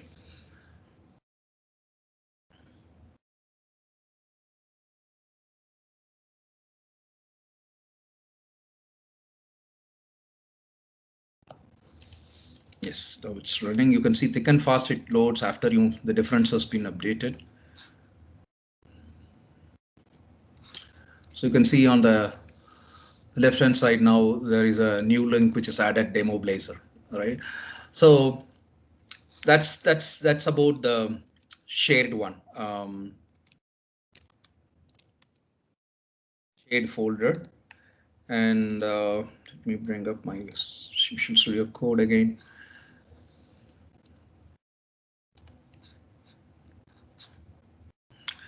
And this is where actually, eventually the www root folder, where as I told you, even you can deploy this, it can run when you're in it, when it comes to the deployment actually. www root folder, which we all know actually is the standard folder actually, which basically deploys your host when you host your application. Actually, eventually that becomes as the folder or hosting it. So eventually this particular folder holds that, and in fact there is an index.html file which holds this index.html, and of course all your css will be available here. All the hosting related the standard files will be available. So more of the time you will be working towards on the razor related, the making the pages, razor pages, and of course the shade components as well. But there is one important folder which is basically a file which is called as a app razor. So app razor is actually the first ever razor, application page, which the razor page. Of course, this is where the routing, of course, eventually starts. So that's where this is like actually the main root, which where actually the rendering before even starting to render, actually this is where the root page which actually basically loads, and this is from the here only the root to the respective the next set of pages routing will be done. So that's where that if you see the default layout in the root view is actually mentioned type of main layout, because that's where the main layout component will be consumed actually, and the layout view is been. So this is more like a root for your whole application. And in fact the assembly which is required to for which is part of this application is also been actually available in the router tag. You can see that app assembly equal to type of program dot assembly, which defines actually the assembly name of the particular app assembly which we created. So this is more like a root one. So app razor is the default one actually. So it, like your app.js or something like that. And then coming to the program.cs, of course, as I told you, the main function, eventually this is where actually the WebAssembly host builder will be created. And of course the root component will be added. As I told you, the root component is the app, so the root component will be created and necessary, then from there on the web client starts, and eventually the page get renders. So this is actually the root. And in fact, we apart from few things which you wanted to do in the maybe like um, warm up or something, or you want to actually add any not even bootstrap or anything which you want to add as to your assembly before it gets started. You want to pass any arguments or parameter stuff, all those things. This can be you have to touch this. Otherwise, it's most of the times we don't really touch this program file, and it's a default file which will be created as part of your project. So this is how the project structures. Of course, I'll go through in detail in the upcoming the next set of demos. But this is what exactly when you want to start with creating a basic Blazor WebAssembly application from Visual Studio Code. This is what we need to do. And of course, as I told you earlier, to start the to create the application from Visual Studio Code. So the first you need to basically create the application by typing by running the command .NET new Blazor wasm -o and give the project name or the app name. So eventually that will create the project. And to run this, so you have to use .NET Run. So those are the two things which is basically required to create and as well as run your WebAssembly application. So this is exactly how you do it with Visual Studio Code. But when it comes to Visual Studio 2019, if you are using Visual Studio 2019 with the update of 16.8, you will have a separate project template which will be, of course, creating through visual guidance of creating actually the project from there. So there are both the ways you can do it. So if you have a Visual Studio Code, of course you can try this, but otherwise let's see how to also do the same thing from your your Visual Studio 2019 as well. Any questions around it on this demo which I have done? So by default, does it create the client-side web application, or was it the server-side? The one which we host. I mean, you're talking about the. Yeah, it's a client-side app, but it's a hosting. Actually, we are doing a hosting here. Okay. Okay. So let me go ahead and create actually a Visual Studio 2019 based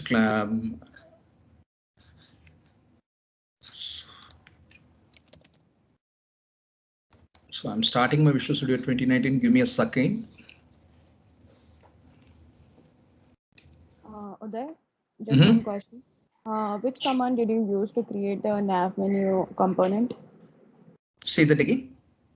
Which command did you use to create a nav menu component? So there are nav menu files, right? Nav menu razor.css, the nav menu razor.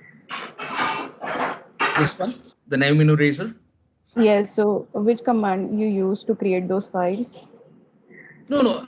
As part of your project template, when you create using .NET new Blazor wasm hyphen, I mean, it eventually creates actually a WebAssembly app project template. So this is part of the default template which you are created, which I've created. Oh, okay. I found it. Thank you. Sorry. No problem.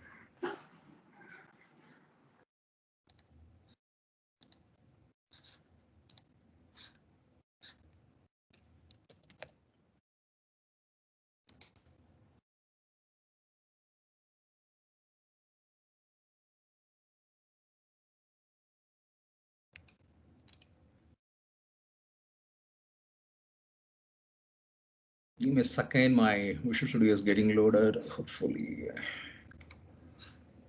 I'm not using my regular machine, so because I was traveling and so I was using another machine, so that takes some time, and eventually my Visual Studio goes.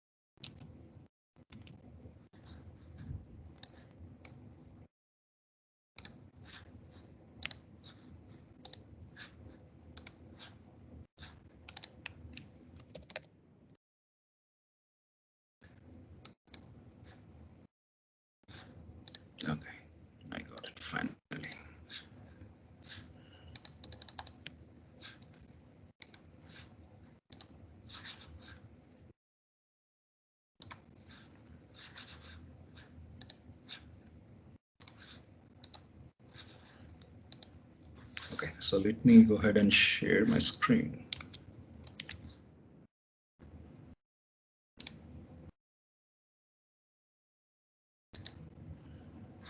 Okay, so hope you are all seeing my screen, right?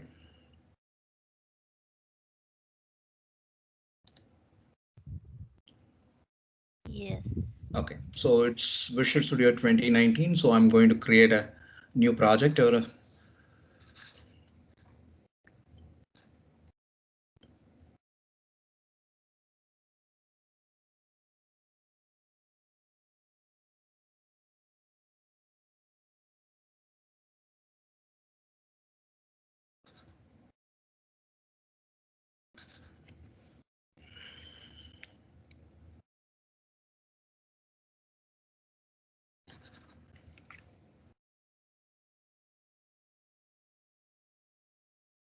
as I was saying, this is not my regular machine which I use. Uh, so obviously there is, I think, some issue with the time it's taking for loading Visual Studio. Should be done in a moment now.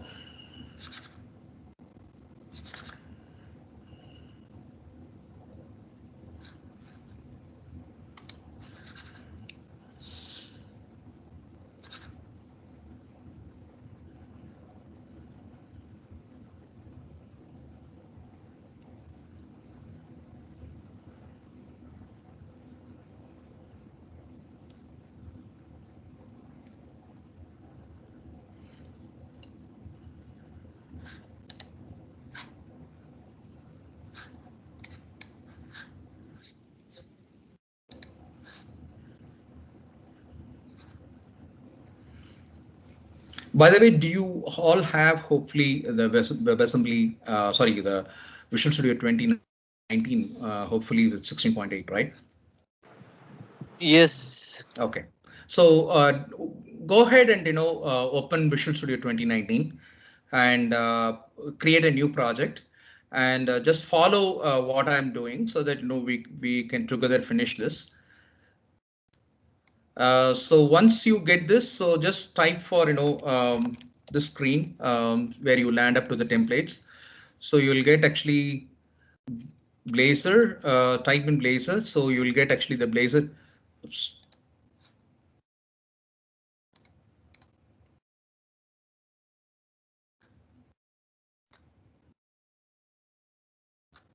It's a bit slow.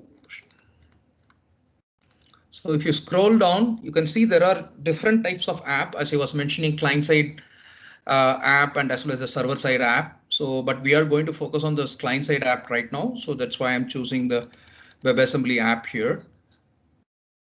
So choose WebAssembly app. So, and you can see it's clearly mentioned. So this is to create basically a Blazor app that runs on WebAssembly and it is optionally hosted by an ASP.NET Core app. So it can be an optionally hosted actually. So that's why, this Blazor WebAssembly app has been opted, because of course it can run on the client side on the web browser directly, and of course it can be hosted actually both on the client side as well as on the server side. Server side being actually the optional one with the ASP.NET Core support.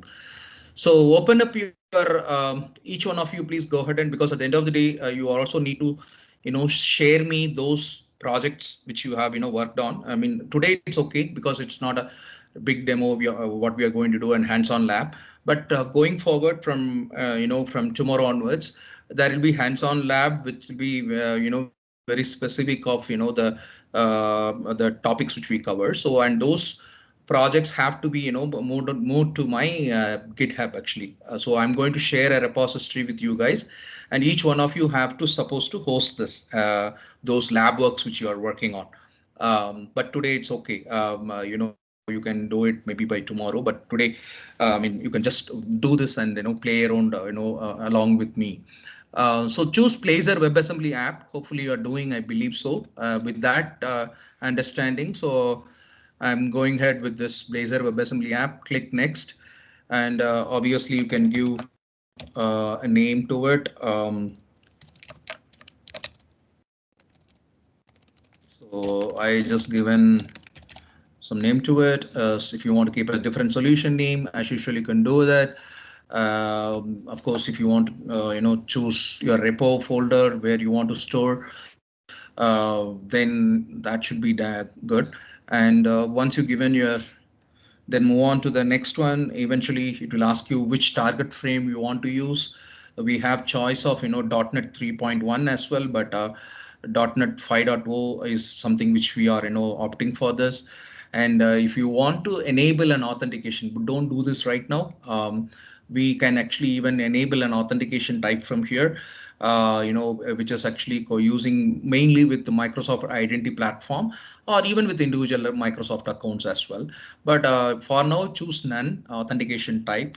And of course, do you want to, this is where you need to decide actually whether you want to make this as a ASP.NET Core hosted, or you want to keep it just like a client-side app hosting actually. But I told you the differences. If you have a ASP.NET Core hosting, make the decision here itself. For example, if you are looking for, less payload, less code, small size of app, and probably enabling actually, probably the performance perspective. Those factors, if you consider, obviously, you can, but you need to also consider in terms of the there's the other benefits which client side brings in. There is no any real-time connectivity is expected. Client can handle, scalability is not an issue. So those are all those things are some of the benefits you get it in the client side, and of course the benefits which you get it on the server side hosting as well. But you have to make a decision at this point. Of course, you can do it later also, but there it takes you some amount of effort, to enable that core hosting actually and do that. But for now, I'll not enable this. Let me keep this as a client-side web hosting, the client-side app hosting. So that's why I'm not going with ASP.NET Core hosted. And if you want to make it as a progressive web app, you can also do that. I'm going to talk about that some point of time. I'm sure most of you know about responsive web applications, but we need to also understand. I'm sure some of you, because you are working on Vue.js and stuff like that, obviously you might be having an understanding on progressive web apps as well. But anyhow, I'll also have a session to talk about a few slides on the progressive web apps and show you also how that works as well. For now, I'm not enabling that. If you want to enable for a HTTPS, of course, you can configure for HTTPS also, so which is always good to have. Then go ahead and create.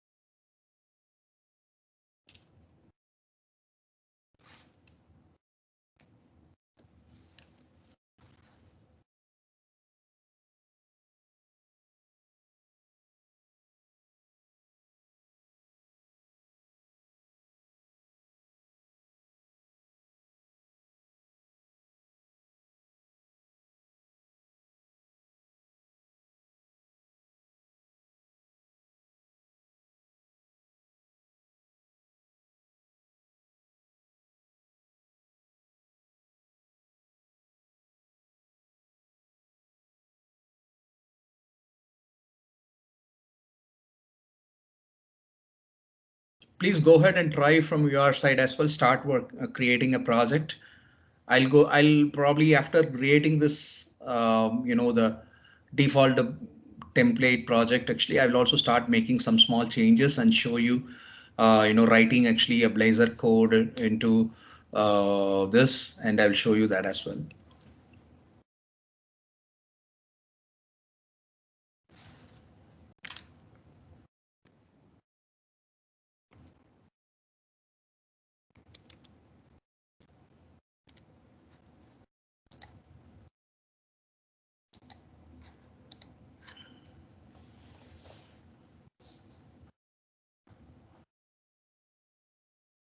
Hopefully you are looking in your okay, I think I'm not no more sharing that, I believe so. Okay. So now you should, after you chosen the Blazor WebAssembly app project in the template to create a project, you should be, landing into this page where, which is not, different from the way other ASP.NET MVC or other ASP.NET Core applications are being created. So this is how you will land up finally, and this is exactly the same folder stuff which we saw that in our in Visual Studio Code as well, right? So we saw the same thing, same folder structure as well. So obviously you can run directly with this, and we can see the similar output what we saw for Visual Studio Code as well. Let me know once you are all into this page. Then I will continue further. Just probably once you're done, please say done in the chat window so that I can understand that you are all able to land up to this page and getting a default project created.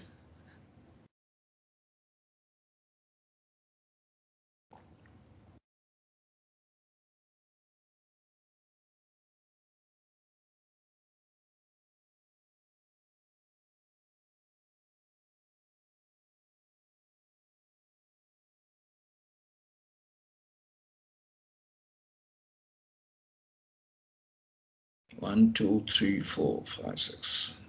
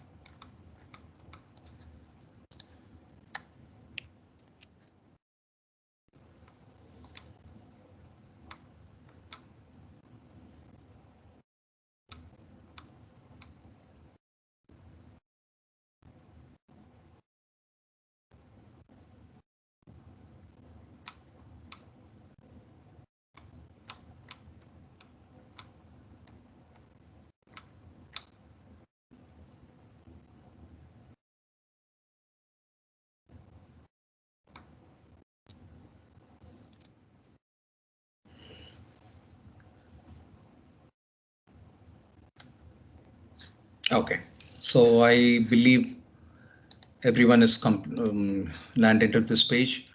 So it's same thing, pages, shade, and eventually you see the app razor and program.js and wroot folder.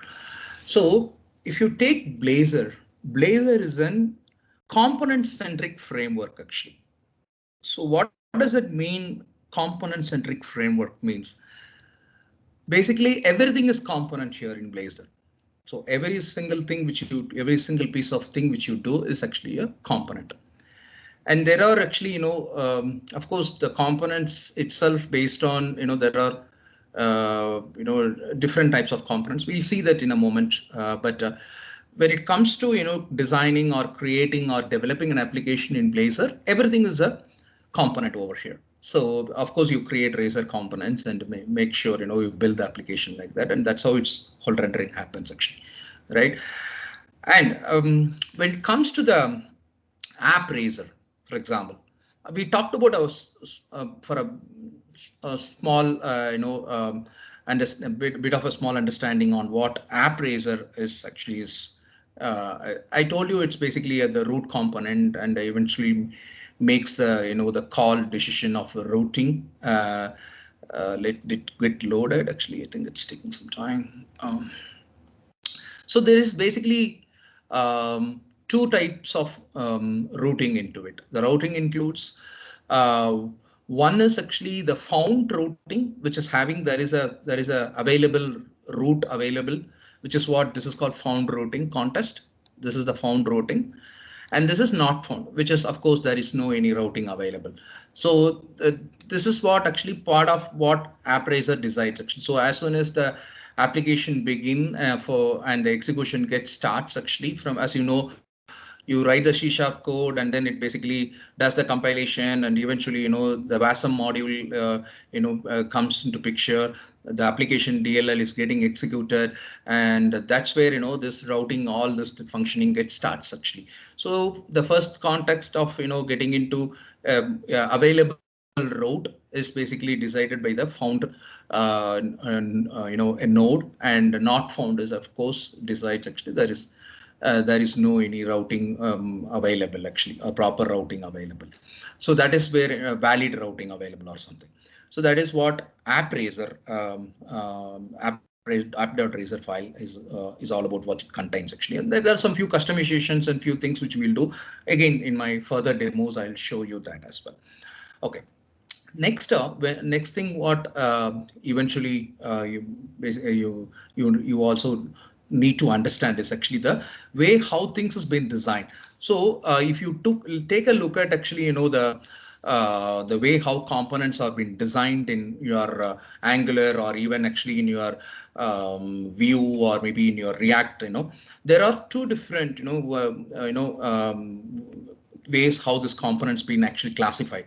One is we call it as a smart component, and another one is called as a dumb components. So smart components are the ones that hold the state. So smart components, when I say that is a component which holds your state, but dumb components are more of only rendering the data, right? So it just renders the data. It doesn't maintain any state into it. That's how when you're creating actually, a component in your Blazor application as well. So you create actually a smart component which defines the state, which is managing a state and maintaining a state. But dumb component is more of just rendering the data which you want to show. So for example, if you take actually a employee, and if you're showing an employee details, and you might be rendering actually employee details, something like first name, last name, blah blah, all those things. So eventually it's basically you're trying to feed informations which is want to display for a given employee, so which is just rendering the data. So that is basically we call that as a dump component, right? And so this are the some basic things, some fundamental things which you need to understand. Now let's go ahead and run this. You can change this. Probably hosting in a self-hosting under IAS Express. Of course, it's in local in machine. So I'll go with my Google Chrome is the main default one I selected, and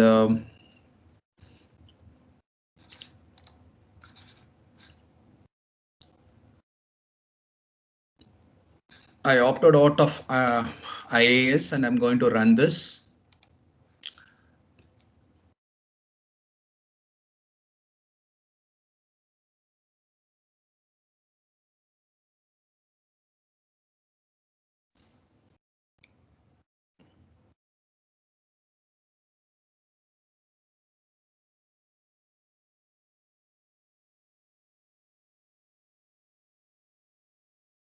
Again, this should take the first time little amount of time, but then subsequently, if you are making any changes, the build should be faster, which we all know. By the time the debug symbols, everything will be created and things will be ready. So to fastly, compile and build.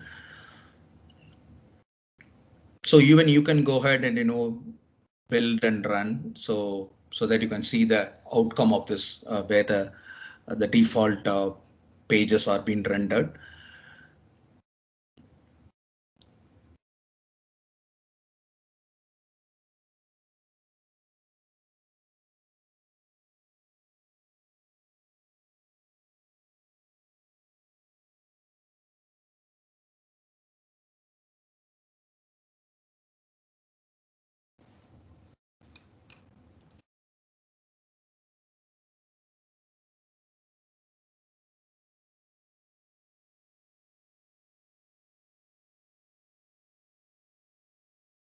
Mine is completed, and of course it's trying to open the browser to render the page. I opted for Google Chrome. You can opt for Edge or Firefox or Safari, anything you prefer.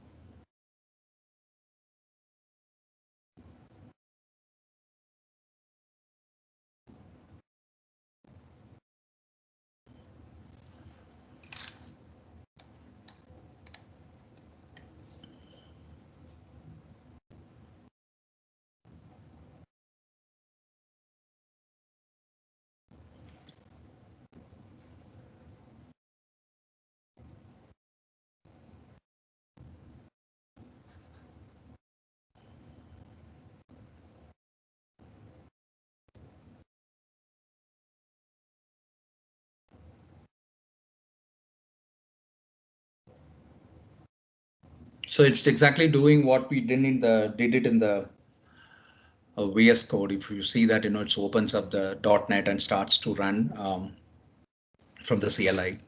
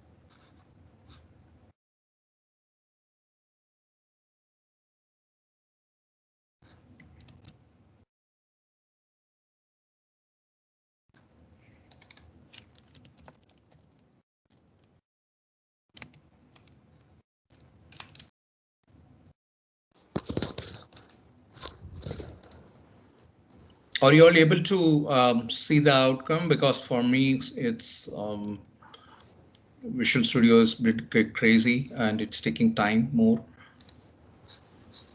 Yep. Yeah. Yes. Yep. Perfect.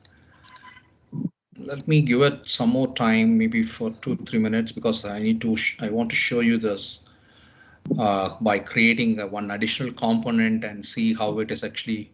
Okay, it's taking now. It's I think loading.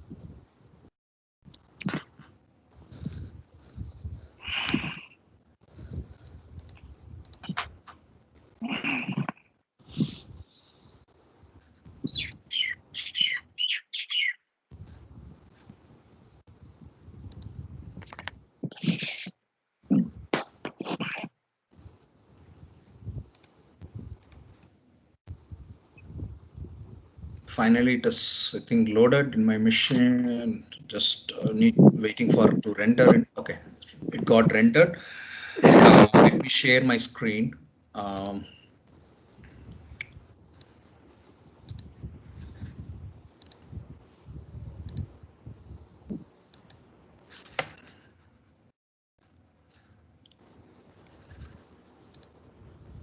Okay, are you able to see my screen?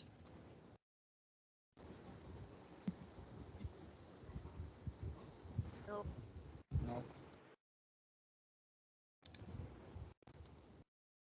Hello, are you able to see my screen? No. The Chrome. No. What you're seeing right now is it my Visual Studio or what? No, nothing. Sorry? Nothing is shared. Nothing is shared. Okay. I don't know, some reason. Let me try once again. How about now? Yes. Yes. Oh, okay. So this is the same page, of course, same Blazor WebAssembly app which we created, right? So what I'm gonna do is now,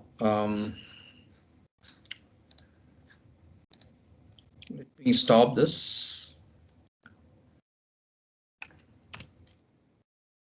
And let's go and create actually a new Razor page. Okay. So as I told you, it's a component centric. So everything what you're creating is a component, nothing but a component. So I'll go ahead and create add. So you need to create actually a Razor page first of all. So let me first create a Razor page.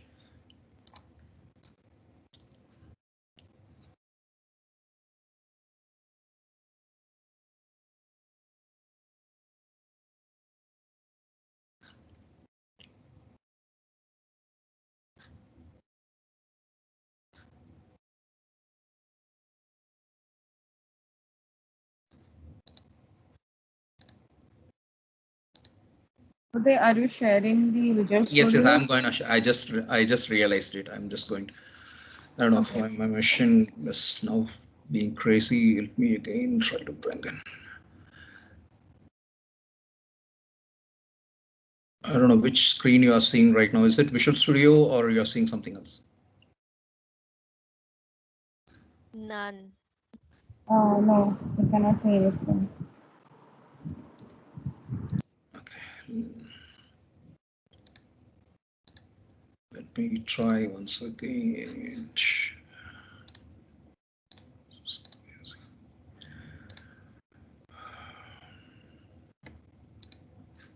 How about now? Yes. Oh, fully you're seeing this. Okay, I can sense that actually fully because I can see there is a red color background. Okay, so I'm gonna make actually one more page.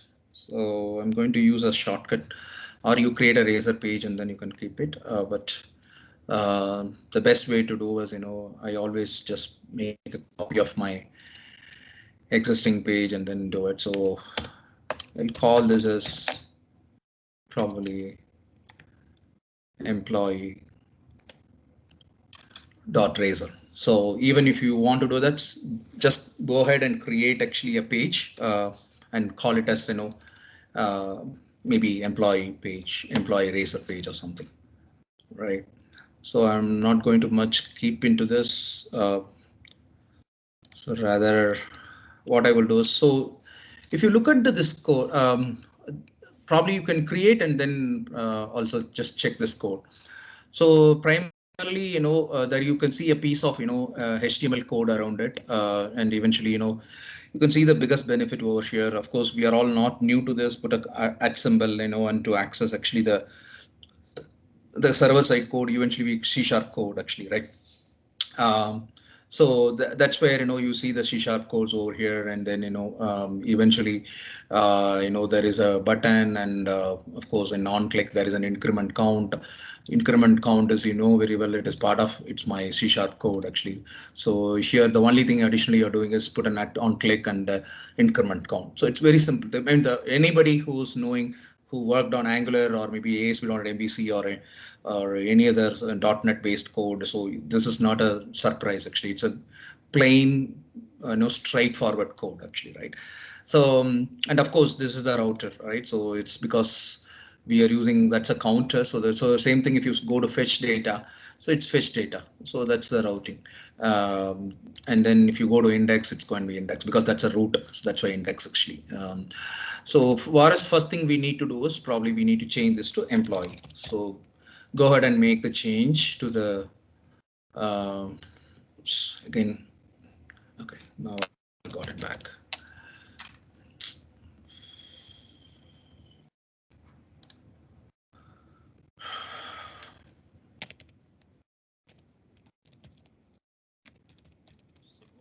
Employee, maybe I'll knock off all these things and just keep it as employee, like say details. And just in the interest of time, so anything you write your C# code, just put a at code and then you can write it actually, that's what you need to do. Oops.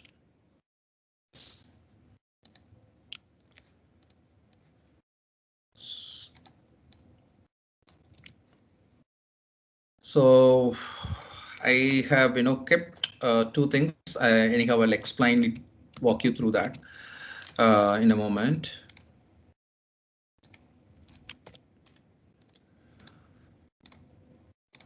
So there are a couple of things which you would have just noticed over here. One is parameter. Of course, I wanted to make it as a parameter, so I just included parameter. The reason it's showing as an error because obviously we need to include the respective includes as well. I mean the components which we are. I mean the respective libraries around it. So anyhow, I'll do that in a short while. And then parameter indicates because I'm going to create actually a like a component which shows me the employee detail, and of course probably I'll better to name it. I'll call it as full name. So I have a title and a full name, and that both are a parameter. And to have the visibility outside, I made it as a public. So obviously public makes the visibility outside.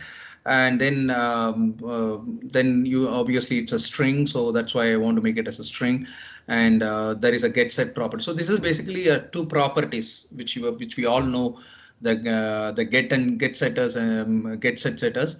So basically the getters and setters, eventually the title and the full name. And of course, the default value which I have assigned actually is part of this.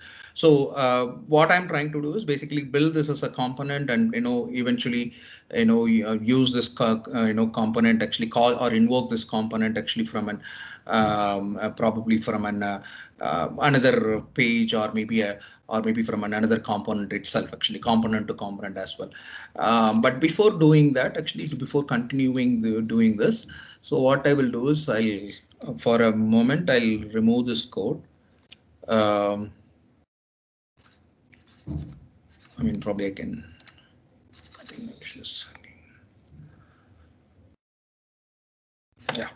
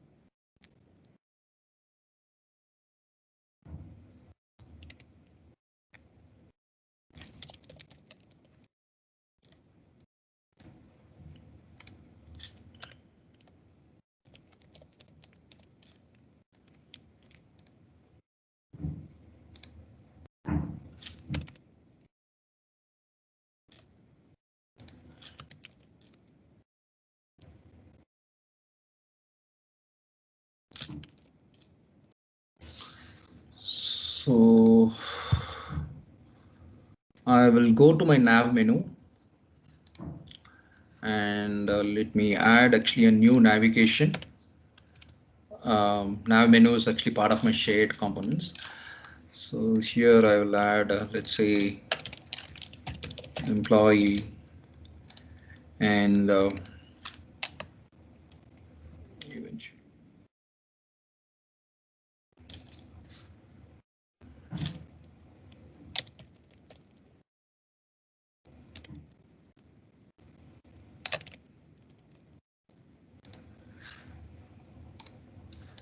So I added this to the navigation.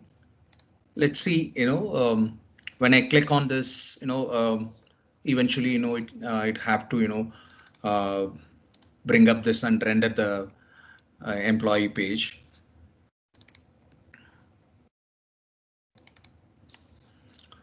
So let me run this again.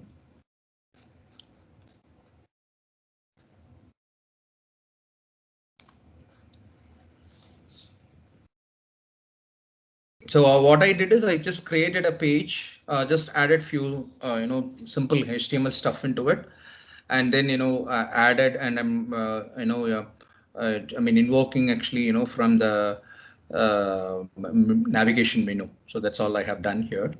Then I will show you along with the code.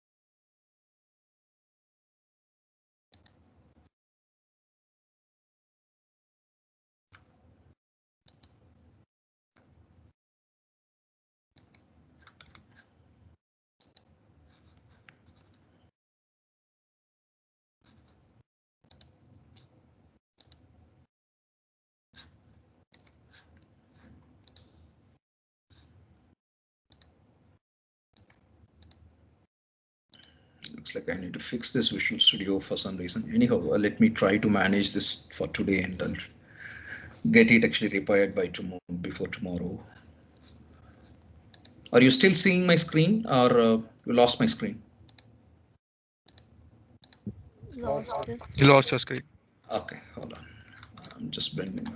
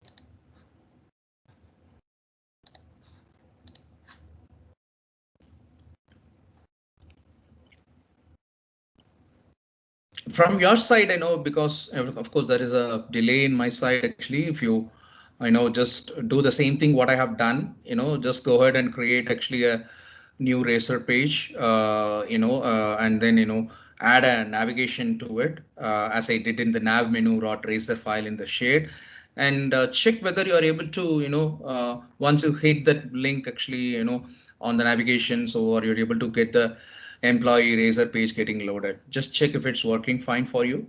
Until mine get loaded, I think I have some serious issue in my Visual Studio. It takes more time than it's really expected to be.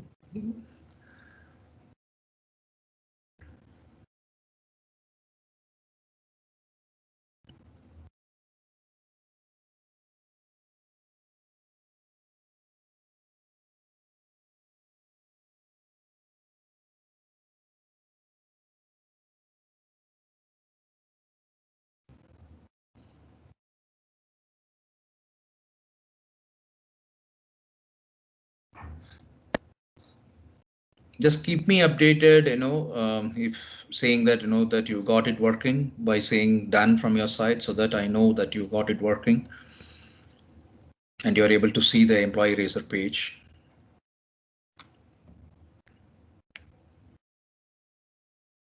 If you have some of you facing any issue, please let me know as well.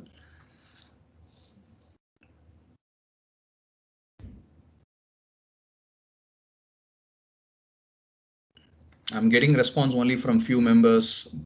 Please make sure, because we in remote training, it's very hard, to be that eye-to-eye contact and face-to-face reactions. So I need your support, to that I know being actually updated with what you are actually, understanding, and you're able to do it. Because I want to make sure each and every single person in this room to make sure that you are able to get this done.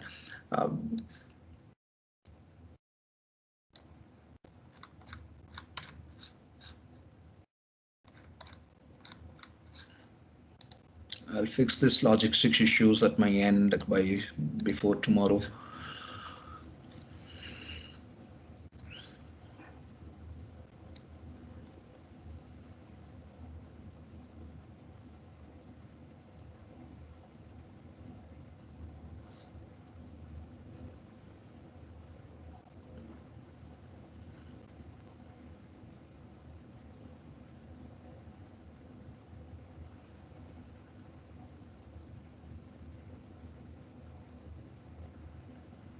Okay, so I got it. I'll go ahead and refresh my screen here.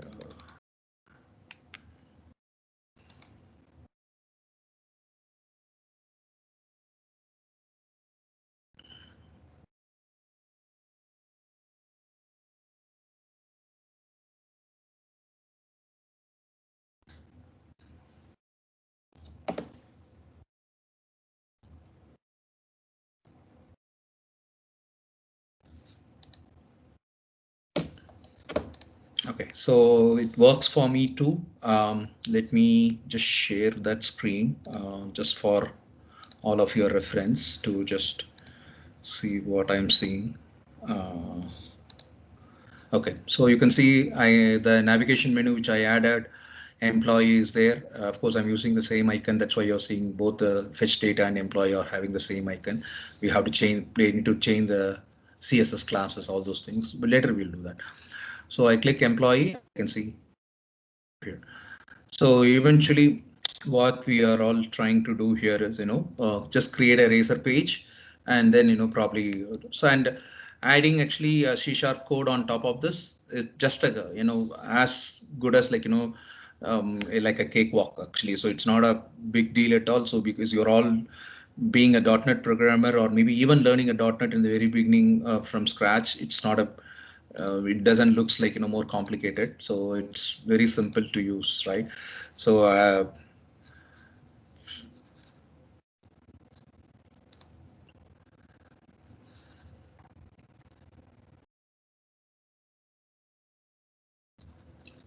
what I'm gonna do now is, actually, you saw how basically the page is rendering, and eventually we made it as a page here. But as I, again, to just reiterate what I said earlier. So it's a component centric framework, and eventually everything we treat it as a component, right? So for example, if you look at this index.razor, I'm not sure whether you're seeing my Visual Studio. Let me go back to my.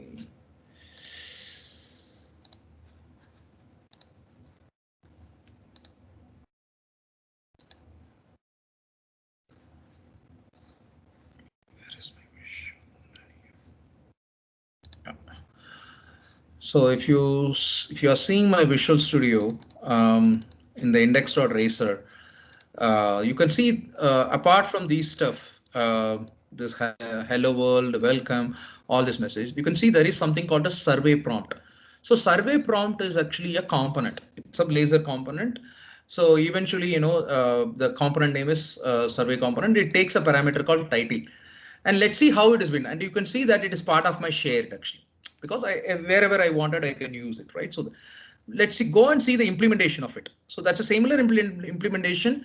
We are going to do that in the employee, and I'm going to call that as part of the index page. So if you go to the survey prompt, you can see that this is the implementation of the survey prompt. So as soon as you hit that how are you page, so eventually it's going to take to that. So what it does is actually there is a blah blah title, please take over, some link is there, and then says code parameter public string title gets set.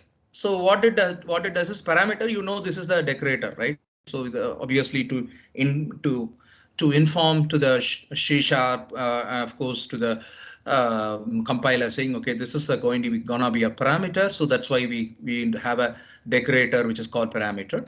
And the visibility point of view, we have the public. These are all is applicable because when it comes to visibility, public, private, protected, actually all those other the respective way which you want to actually give access to the member variables. So this is going to be a property eventually, and the property name is title, and you can see that title is being referred over here. So this is exactly what we are going to do. So what you can do is even you can copy this code from here, just for doing this in your employee page. Oh my goodness.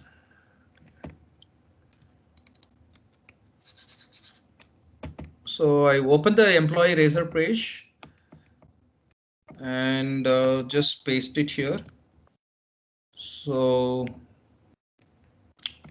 first one is, okay, I have title as well as employee name. So just make a copy and paste of this.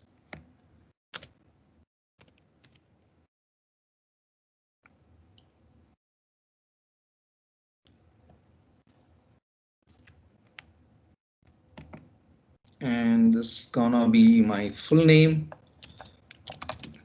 Now let me put this here saying at full name.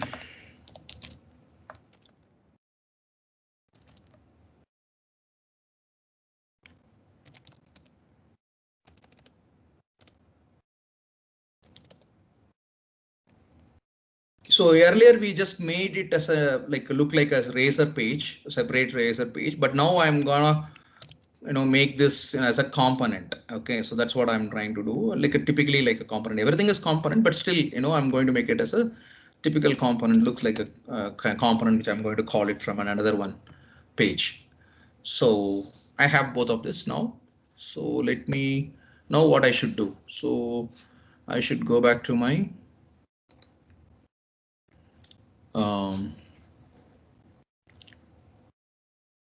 index page.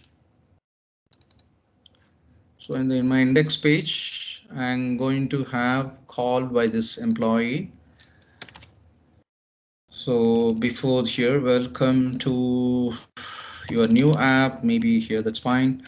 So here I would call employee, because that's my component which we created. And we have two properties into it, full name and title. So say full name, let's say Uday, and title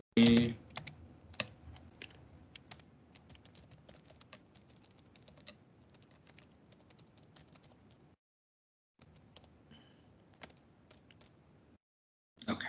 So in my index page, I call this like a component. So this is what you are doing actually, so there are a couple of things we are doing. One is, so here I want to make it as a component. So I mean, eventually it's not the way how you make a separate component, because I'm going to create there is a parent component, and of course it's going to call this, the parent component is index, and from this index component I'm going to call this employee razor component. So I make this small piece of C# code over here. So to, of course, to make the code, you need to put a at code and then start writing your code. And this is going to be two parameters, title and full name, which I'm going to keep it. And of course, I need the visibility of, that's why for the public view visibility. So I made it as a public, and I have this, created these two parameters. And now what I did is actually is come to the index razor, and then eventually add this component, call this component from here. So now if I go to my index page, I should be able to see my whatever I have that in my employee page. I mean, which eventually actually navigates and shows, I mean, renders that page. So let me go ahead and run this once again.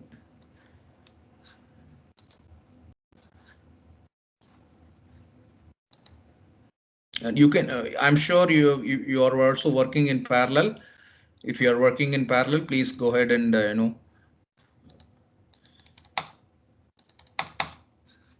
do this so that you can see. You don't need to wait for me to show this output actually. Anyhow, I'm doing it from my side as well. Again, please confirm whether you are able to get the in the index page, you are able to get that component displayed.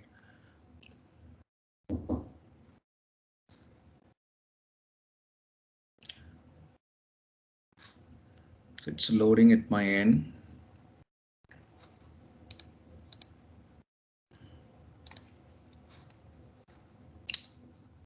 Okay, I haven't compiled again. So let me close this.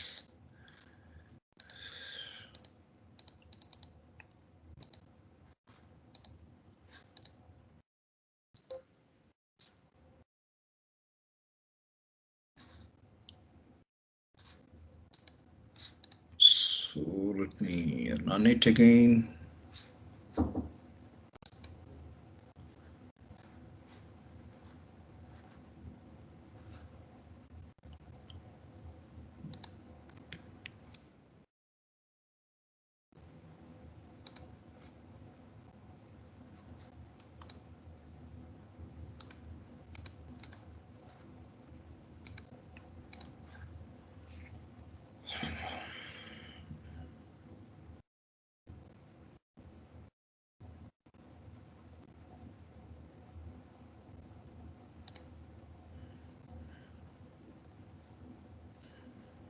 It just started in my machine. I'm not sure how long it's going to take, but you can try it from your end. And if you got it working, of course, please do keep me informed.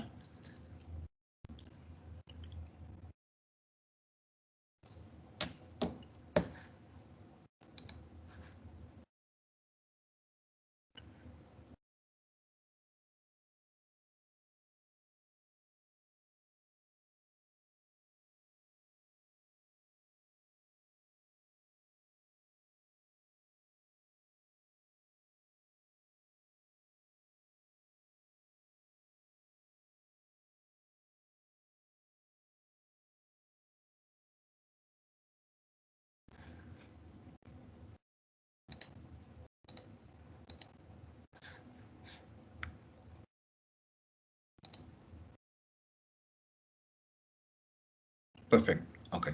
So most of you are able to get that.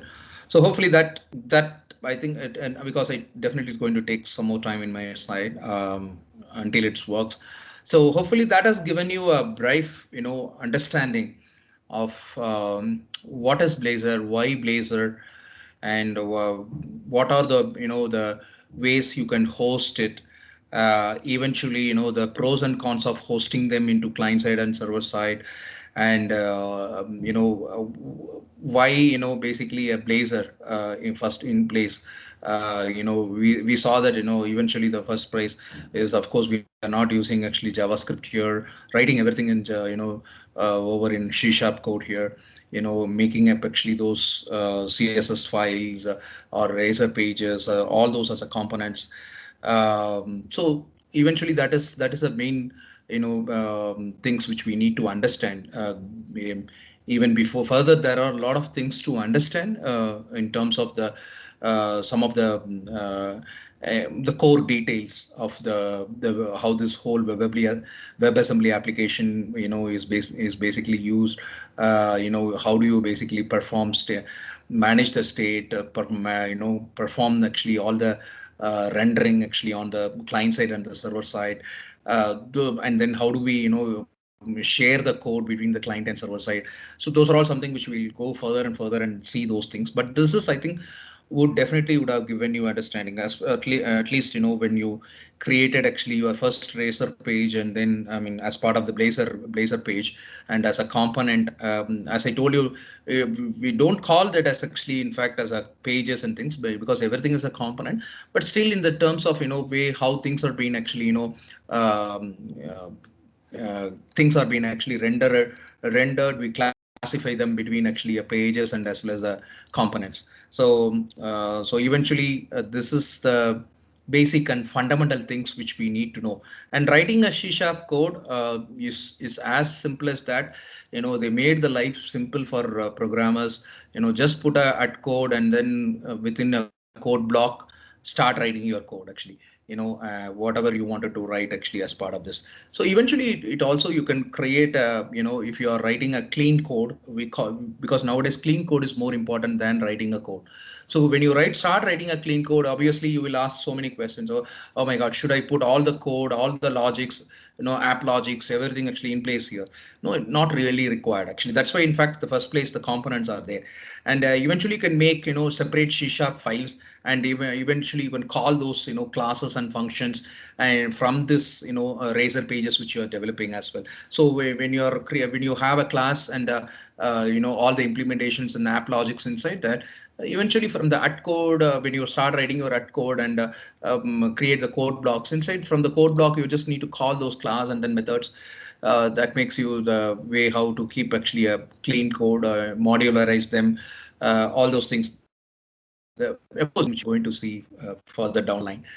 But this is the fundamental, so I hope it's very clear. And I believe so. You are also able, since you are able to also replicate and also do this hands-on lab at your end. I believe that gives a definitely a good understanding in terms of what is actually the basic fund things of Blazor and how Blazor works, and what are all basically required actually to get the Blazor working, and eventually how do you get this. I think mine is ready, I believe so. Let me go ahead and run this and see. um,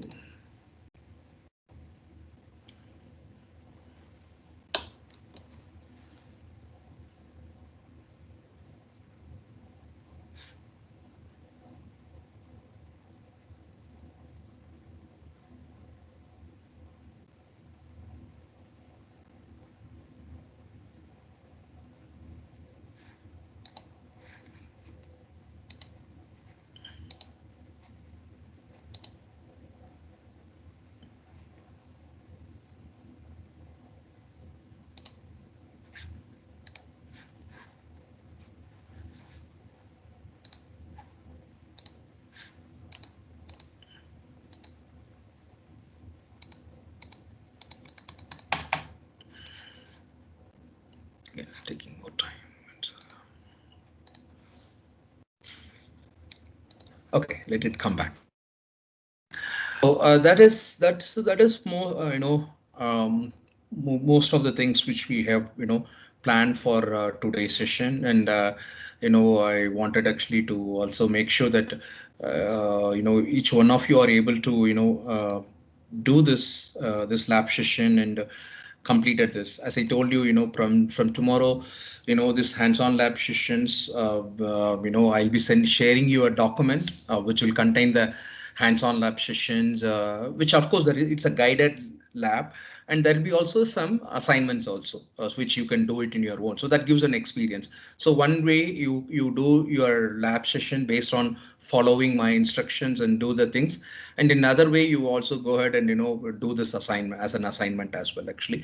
So that gives you solid understanding on what we covered actually, and what I have shown as part of my demo. So every time this is how I'm going to do. So I'm going to take up actually a topic, talk about through that through maybe a slide, 1 or 2 slides going forward, and then do a demo around it, and then ask you to start doing a hands-on into it. And of course, at the end of the day, you are also supposed to push it to my Git repository. So that's the way how our rest of the days of training is going to happen. So if you have any questions, please let me know. So then I'm happy to answer. And please also let me know whether everyone is completed. Let me take a quick look at it. So 1, 2, 3, 4, 5, 6, 7, 8, 9, 10, 11, 12, 13, 14. Okay, I think most of you guys have, I could see that you're all completed. And as I told you, just watch out for my Slack space. Try to be active in the Slack space. I will upload and I will share actually some of the things which for the which will be helpful for you, not beyond this training as well, which will help you some documentations, and also some few materials which are related to actually some the real case studies which I worked on, like for example the ASP.NET MVC migration which I have did recently. I can share that experience as well. So those are something which I'm gonna do in the Slack space. Otherwise, I'm actually done for the day today, and if you have any questions, I'm happy to take it up actually.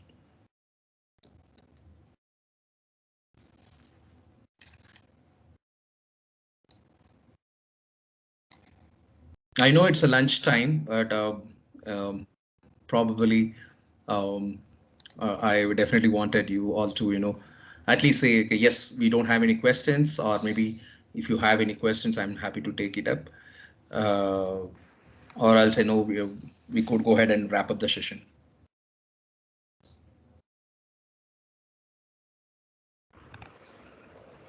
No questions. No questions. Okay. So how do you, in general, you guys feel about Blazor? Because you all been working for quite long in Vue.js, Angular, and of course in pure traditional ASP.NET, and probably some of the other parts actually, some of the other technologies around JavaScript framework.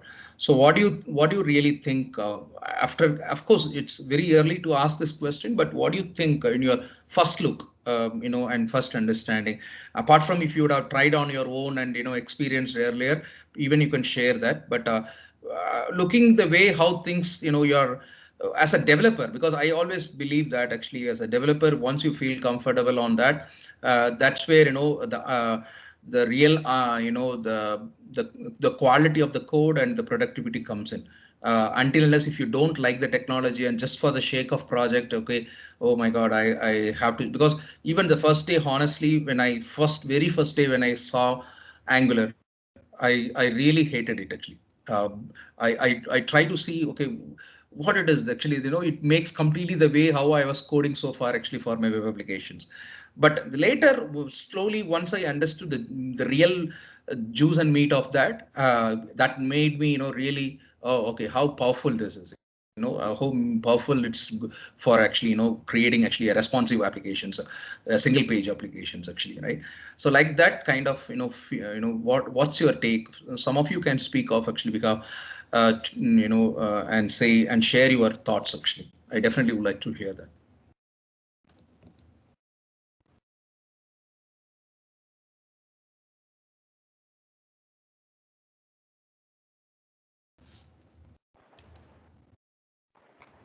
Okay, so I'll better call out actually. Sachin, what do you think actually? So it's very early to comment on this, but I think it should be a good one, because usually as a .NET developer, we are very used to coding at server side level. We usually find it hard when we are doing it using with some JavaScript framework and all. We have to learn different syntax and all. As we can see, Angular has a different syntax for it. It has a different bit working of it. Vue has a different syntax and some other strategies in it. So I think this should be very helpful for a developer, but only if it meets all the expectations for a web application. Perfect, perfect. That's exactly one. So Shashank, what do you think? Shashank Yadav, probably.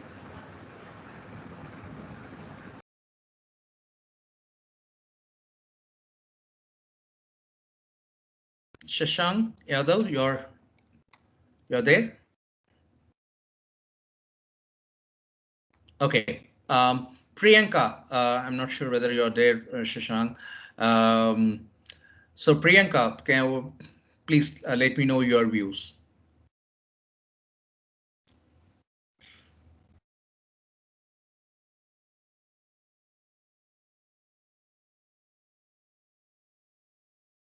Priyanka, are you there? Shashank, are you there?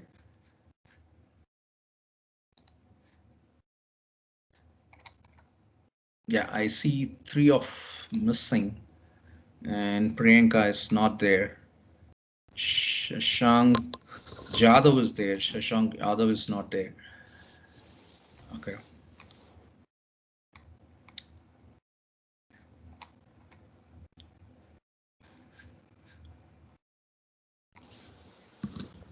Okay. Uday, just a question. I just wanted to check with you. So is Visual Studio fully integrated with Blazor?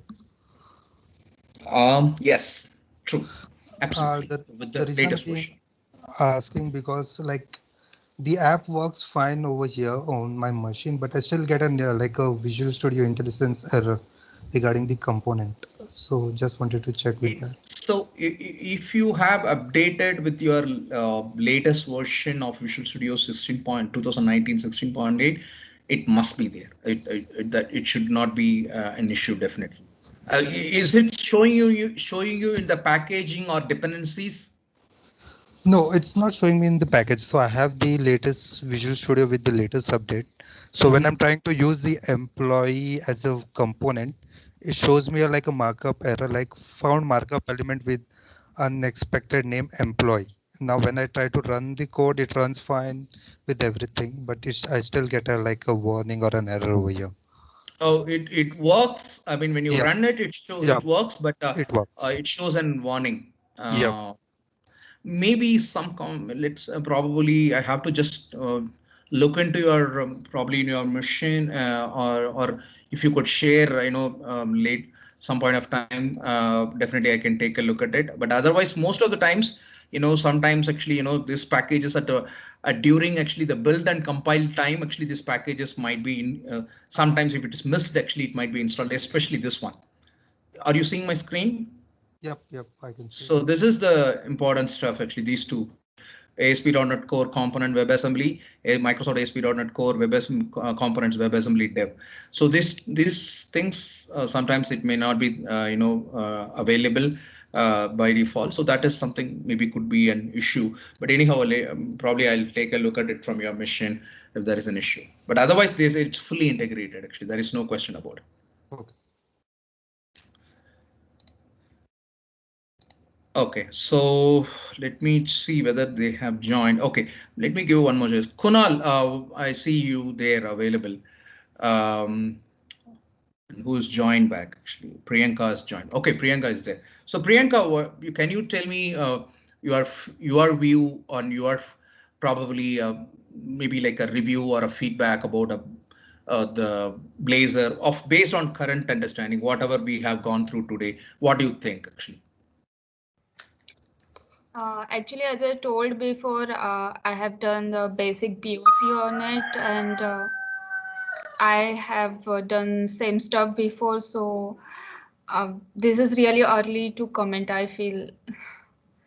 Okay. So No, as far I know, but in terms of I would say put this way, if I give a rating probably from 1 to 5, 5 being the the more flexible one, or maybe more easy to code, or maybe as a developer, from the developer standpoint of, don't worry about the architecture, the behind the scenes, under the hoods, what is there actually, how it's going to be, really productive from the production point of view, how it's going to be, all those things. That's a, I mean, as you said, too early to think on that. But from a developer perspective, how, it's easy to, really switch your, modes. For example, you are writing a code in Angular, and then, suddenly, people ask you to do it in Blazor.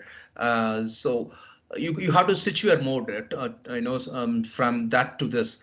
So how you feel that comfort? I mean, in terms of, looking at the basics level of code. Say, for example, Yes, sorry.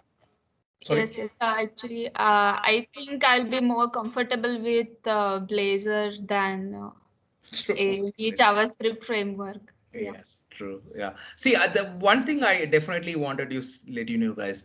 See, as soon as you see the way you are writing, actually, because anybody who written Razor pages yearly definitely would have felt the same.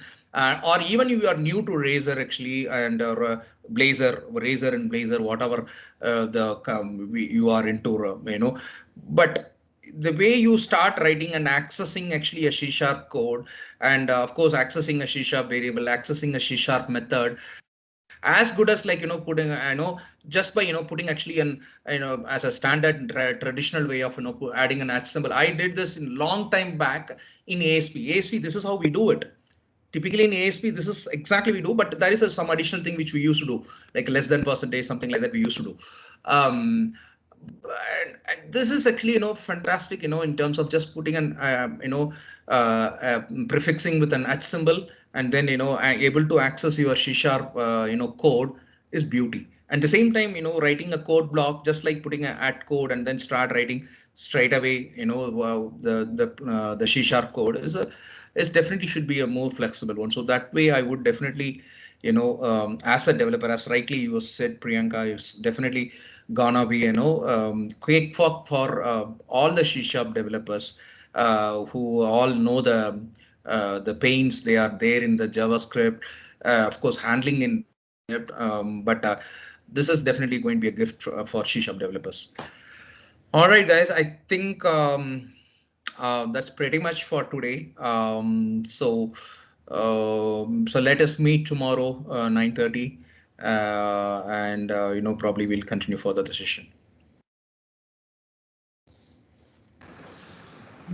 Yep, Uday, thank you so much. Thank you. Thank you all. Thanks. Thank you. Bye bye. Bye.